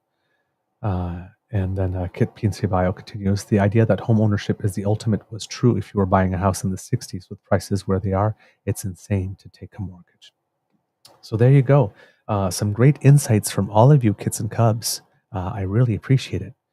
And with that, Kits and Cubs, I do believe we have a show. So, Kits and Cubs, that's the end of this episode of the Daily Beaver Morning Show, Beaver Solo Edition. We hope that you loved listening to us because we loved making this for you. Remember, sharing is caring and word of mouth is priceless. So please, please, please, if you can, do take the time to tell your peeps and poops all about us. We really, really, really do appreciate that very, very much. And I just realized that all throughout the show, I forgot to put up any of your chat quotes there. And oh, I'm so sorry about that. I will remember next time, Kids and Cubs. If you would like to make sure you don't miss an episode, you don't have to. Thanks to the Ray Girl, who sponsors our pod page. That's podpage.com/the True North Eager Beaver, lowercase letters, all in one word. And if you go there and you click subscribe, well, hey, when we have something fresh off the bandwidth, we come directly to you. No fuss, no muss. It's real fancy. So go there and click subscribe today. We really appreciate it when you do. Now, if you would like to support us in other ways, then you need to make like Kit Elaine and surf yourself on down to the True North Eager Beaver Media Incorporated YouTube page, or scan that QR code that I just made appear up top there if you want to get be brought there directly. And once you get there, we have 3 buttons for you: like, share, and subscribe. So if you click those, that helps us out immensely. The more subscribers we have, the better it is to get the word out about our show and possibly generate some revenue. And we've actually had some good fortune, actually, because we had that one show that we particularly advertised, and that one had like something like 25,000 views or whatnot, and that's not normally what we get anywhere near close. But the show that we did last Friday, where we talked about the port strike in the U.S. coming to an end, thanks to some of the efforts of Pete Buttigieg and the team there. That, other than our first Remembrance Day special with Kit Hugh, is organically, without additional advertising and whatnot, our highest view show in the history of the True North Eager Beaver podcasts, and by a lot, by over 50%, our nearest highest show then. So it seems that what I was mentioning before, that we had an increase in subscribers, but we weren't necessarily getting the increase in views that we thought would go along with it. It's starting to happen now. We're seeing it in a couple of shows. So that makes my little beaver heart happy. All of you who did tune in, thank you so very much. Really appreciate that. If you would like to support us in other ways, then the coffee page is where you go. That's where you will find our emergency hydration fund. You can buy your beaver hot chocolate because you are what you drink. Just saying.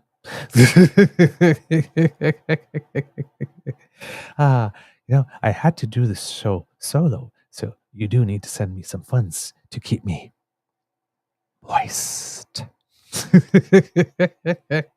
I miss saying that. Uh, I that's I have to say I do prefer doing the show with Mr. Grizzly, but when he's not here, I get to indulge a little more in my hydration fun. And I thank you, Kids and Cubs, for indulging me in that as well. Kit Tom Trask, you've joined us. Hello, lovely to see your face. Good morning to you.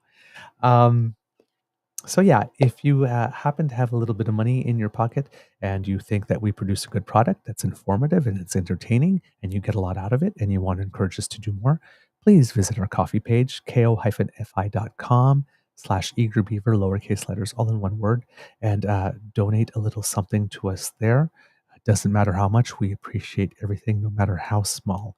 And again, Kits and Cubs, just so you know, when we do our live shows, you can donate through the super chat on YouTube, but we only get about 70% of that. Donating through coffee gives us well over 90%. Or if you want to be sure that we get one full 100% of everything you donate with no service fees whatsoever, just sending us a direct transfer through truenortheagerbeaver@gmail.com is the best way to do that. We're not telling you what to do. We just want you to be an informed and consumer, and that way you can direct your donations in the manner that you see most fit. But we do have 3 options, and we also do have membership tier statuses on our YouTube page if you would like to join that way and offer some support in that way. But any way that you do offer support that is financial, we are extremely grateful for it. Thank you very much. Now, if you are not able to donate financially, please do not worry. Oh, I see Kit Lane saying Douglas Queen Snuggles shakes it for tips. Well, I haven't shaked it yet, so here we go. There. Take some of that. Enough of this. Boom, boom, boom, boom, pop. Jazz hands. There you go. So now that I've shaked it for tips, hopefully they'll start pouring in. Cha-ching. Uh, you kids are absolutely lovely. Thank you. But as I was saying, the gift of your attention and the gift of your participation is the one that means the most to us. You do so much to help us put the show together, Kids and Cubs, and we really thank you. So we love to hear from you. truenortheagerbeaver@gmail.com. The same place where you can send a direct transfer is where you can send your compliments. Let us know what you think about the show, good, bad, or ugly. If it happens to be ugly, however, please be gentle and make your criticisms constructive. We're gentle, delicate souls with feelings too, right? But we appreciate all the love, story ideas, suggestions, pictures of what it is that you're cooking or eating. Love all of that. Give me some cooking ideas, some meal ideas, all the help. We love it. We thank you for it. If you would like to communicate with us in other ways, on Twitter, our feed line is @TrueEager. So you just go @TrueEager and you will find us, and you can leave us some comments there. You can also go to our Facebook page, True North Eager Beaver, or if you happen to be listening to us on YouTube, just go down in the comments section and leave us a little something there. We do read everything. We may not be able to respond to everything, but we do read as much as we can. We go to all the places regularly and do a check and see what it is that you wrote. So hopefully there's some good stuff waiting for us there when we get there. But we appreciate absolutely everything, and we thank you for all that you do. If you happen to be listening to us on Apple Podcasts, please give us some stars. We won't tell you how many at all, but 5 is nice. Just a suggestion. Or even better, leave us a review. Also, if you see us on social medias, if you share what you see, like on Twitter with a retweet or something, or on Facebook with a repost, and add some comments of your own about what it is that you liked about the episode, what it is that you like about the show in general, that helps a lot, rather than just a straight retweet. When you put some of your own words on it, you are influencers in your own circles of influence, and that may lead people our way. So we thank you for everything that you do there. because democracy is something that you do remember that we do have some provincial elections underway.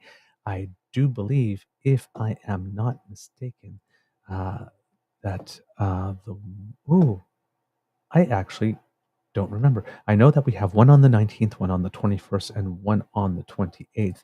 And I do know for a fact that the one on the 28th is the one in Saskatchewan. But I always get mixed up between the other two. The BC election is on the 19th, and the New Brunswick election is on the 21st. And as promised, I have some information for you. Um, if you're in the BC election, advanced polling days open today, actually October 10th. So advanced polling days will be October 10th to the 13th. And then again on the 15th and 16th. It's not on the 14th because it's Thanksgiving Day and the advanced polling centers will be closed for the holiday. You can vote at any time during the election period at any returning office in the province up until 4 p.m. on election day. There are vote by mail package requests that you can access online or by phone until October 13th. After October 13th, you can still request a vote by mail package in person at any district electoral office until 4 p.m. on election day. But Elections BC must receive your completed package before 8 p.m. on election day. So if you're voting by mail, make sure that you put it in the mail with enough time to get there so that it is received before 8 p.m. on October 19th, or else your vote will not count. The New Brunswick election is October 21st. The advanced polling days are October 12th and 15th, so coming up. And you can vote during the election period 6 days per week at any returning office in the province. The Saskatchewan election is October 28th. Vote by mail package requests can be made now online via via elections.sk.ca/vote by mail, all in one word, lowercase letters, or by phone. Elections Saskatchewan must receive your completed package before 8 p.m. on election day. So there you go. That's all the information for advanced voting or vote by mail that you need for the 3 provincial elections. Please plan your vote. Please vote early if you can. That makes sure that you can vote with the least amount of disruption and at your own convenience. If you plan to vote on election day itself, please bring friends with you. Don't vote alone. And if you can, make an event out of it. Plan to go vote and then, go have lunch or go have dinner together or do something. Make it a fun event to get people to go. Also, talk to everybody in your circle about the fact that you are going to vote and that you're excited to vote. You don't have to say for whom you're going to vote and you don't have to encourage them to vote for the same people you are, but that you're excited to vote and that you plan to vote and that you're encouraged. And it's like, hey, are you voting? Because talking about voting does lead to people voting. That is very, very, very important. And also, if you are voting, even if it is early voting or on the day of the vote, and you are parents, one of the things that you might like to do is bring your kids with you when you vote. It's they can't vote themselves, of course, but it is a fun experience. Everybody at the polling stations are always happy to see children there, are always very welcoming.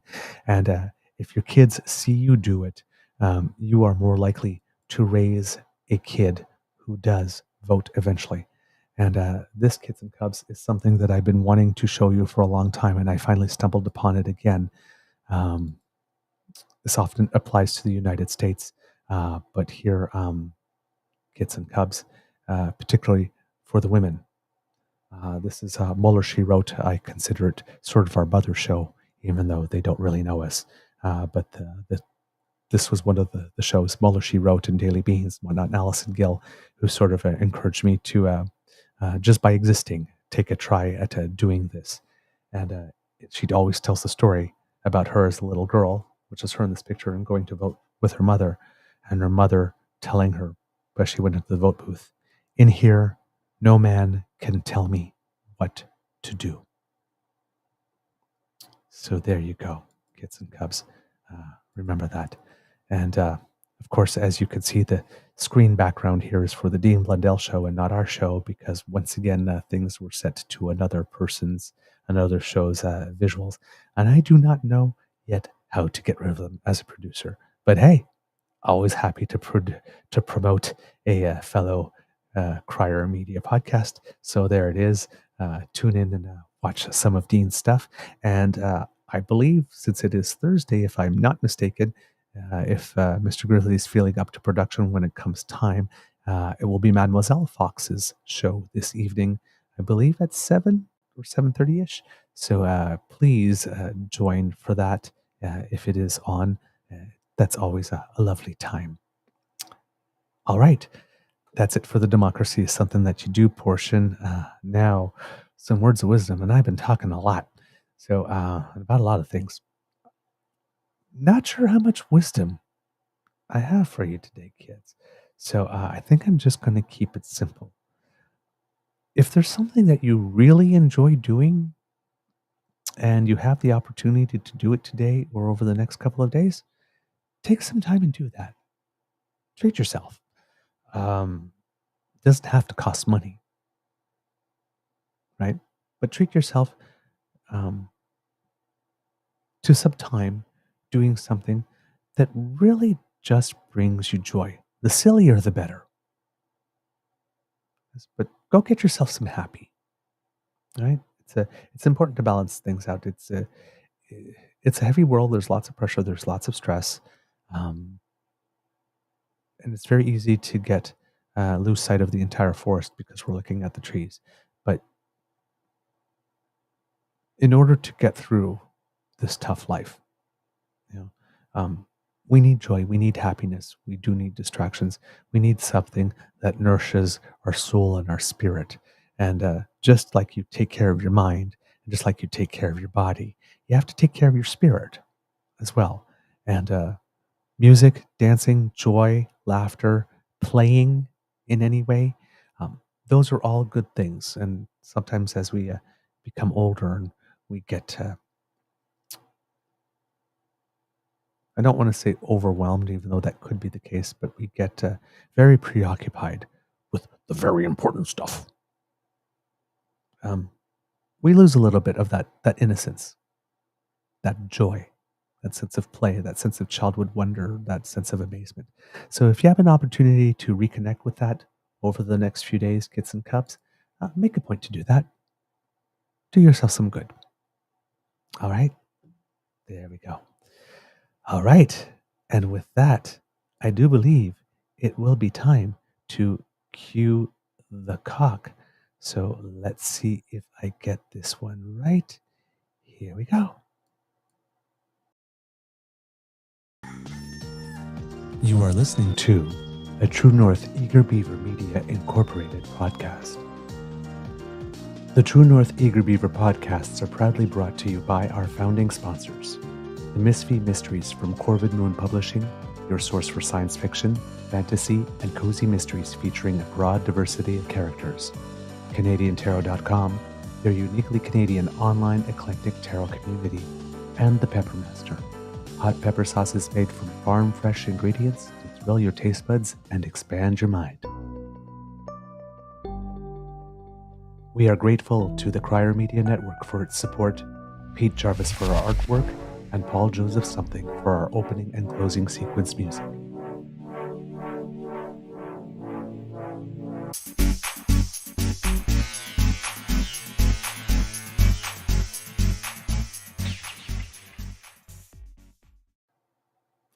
All right, kids and cubs, as a little bit of an Easter egg for you, Team Canada is getting ready, the men's tennis team, for the Davis Cup to try and see if they can win the whole thing all over again.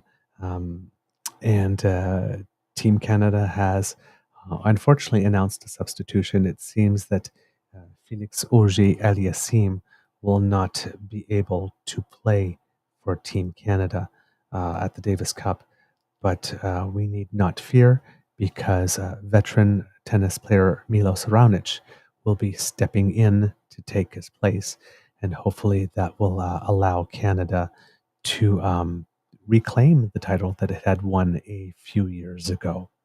So that thing is going on. And for the hockey fans, the official start of the NHL season, I believe, started yesterday. There were couple of teams that had a couple of games a little early. I think the Buffalo Sabres and possibly the Detroit Red Wings a little earlier. But the season began in earnest, I think yesterday or the day before. And so I know for the hockey fans, that's really important. And it would seem that according to the standings, the Winnipeg Jets and the Calgary Flames are currently in first place in their division. Woohoo! And the Montreal Canadiens are currently in a playoff spot. Woo! Of course, the Montreal Canadiens only have one game played. So it was the New Jersey Devils and the Buffalo Sabres that got a bit of an early start. But there you go. So yeah, playoffs, here we come. Woo! All right, kids and cubs, you all go out and have yourselves a beaver-perfect day. Much love.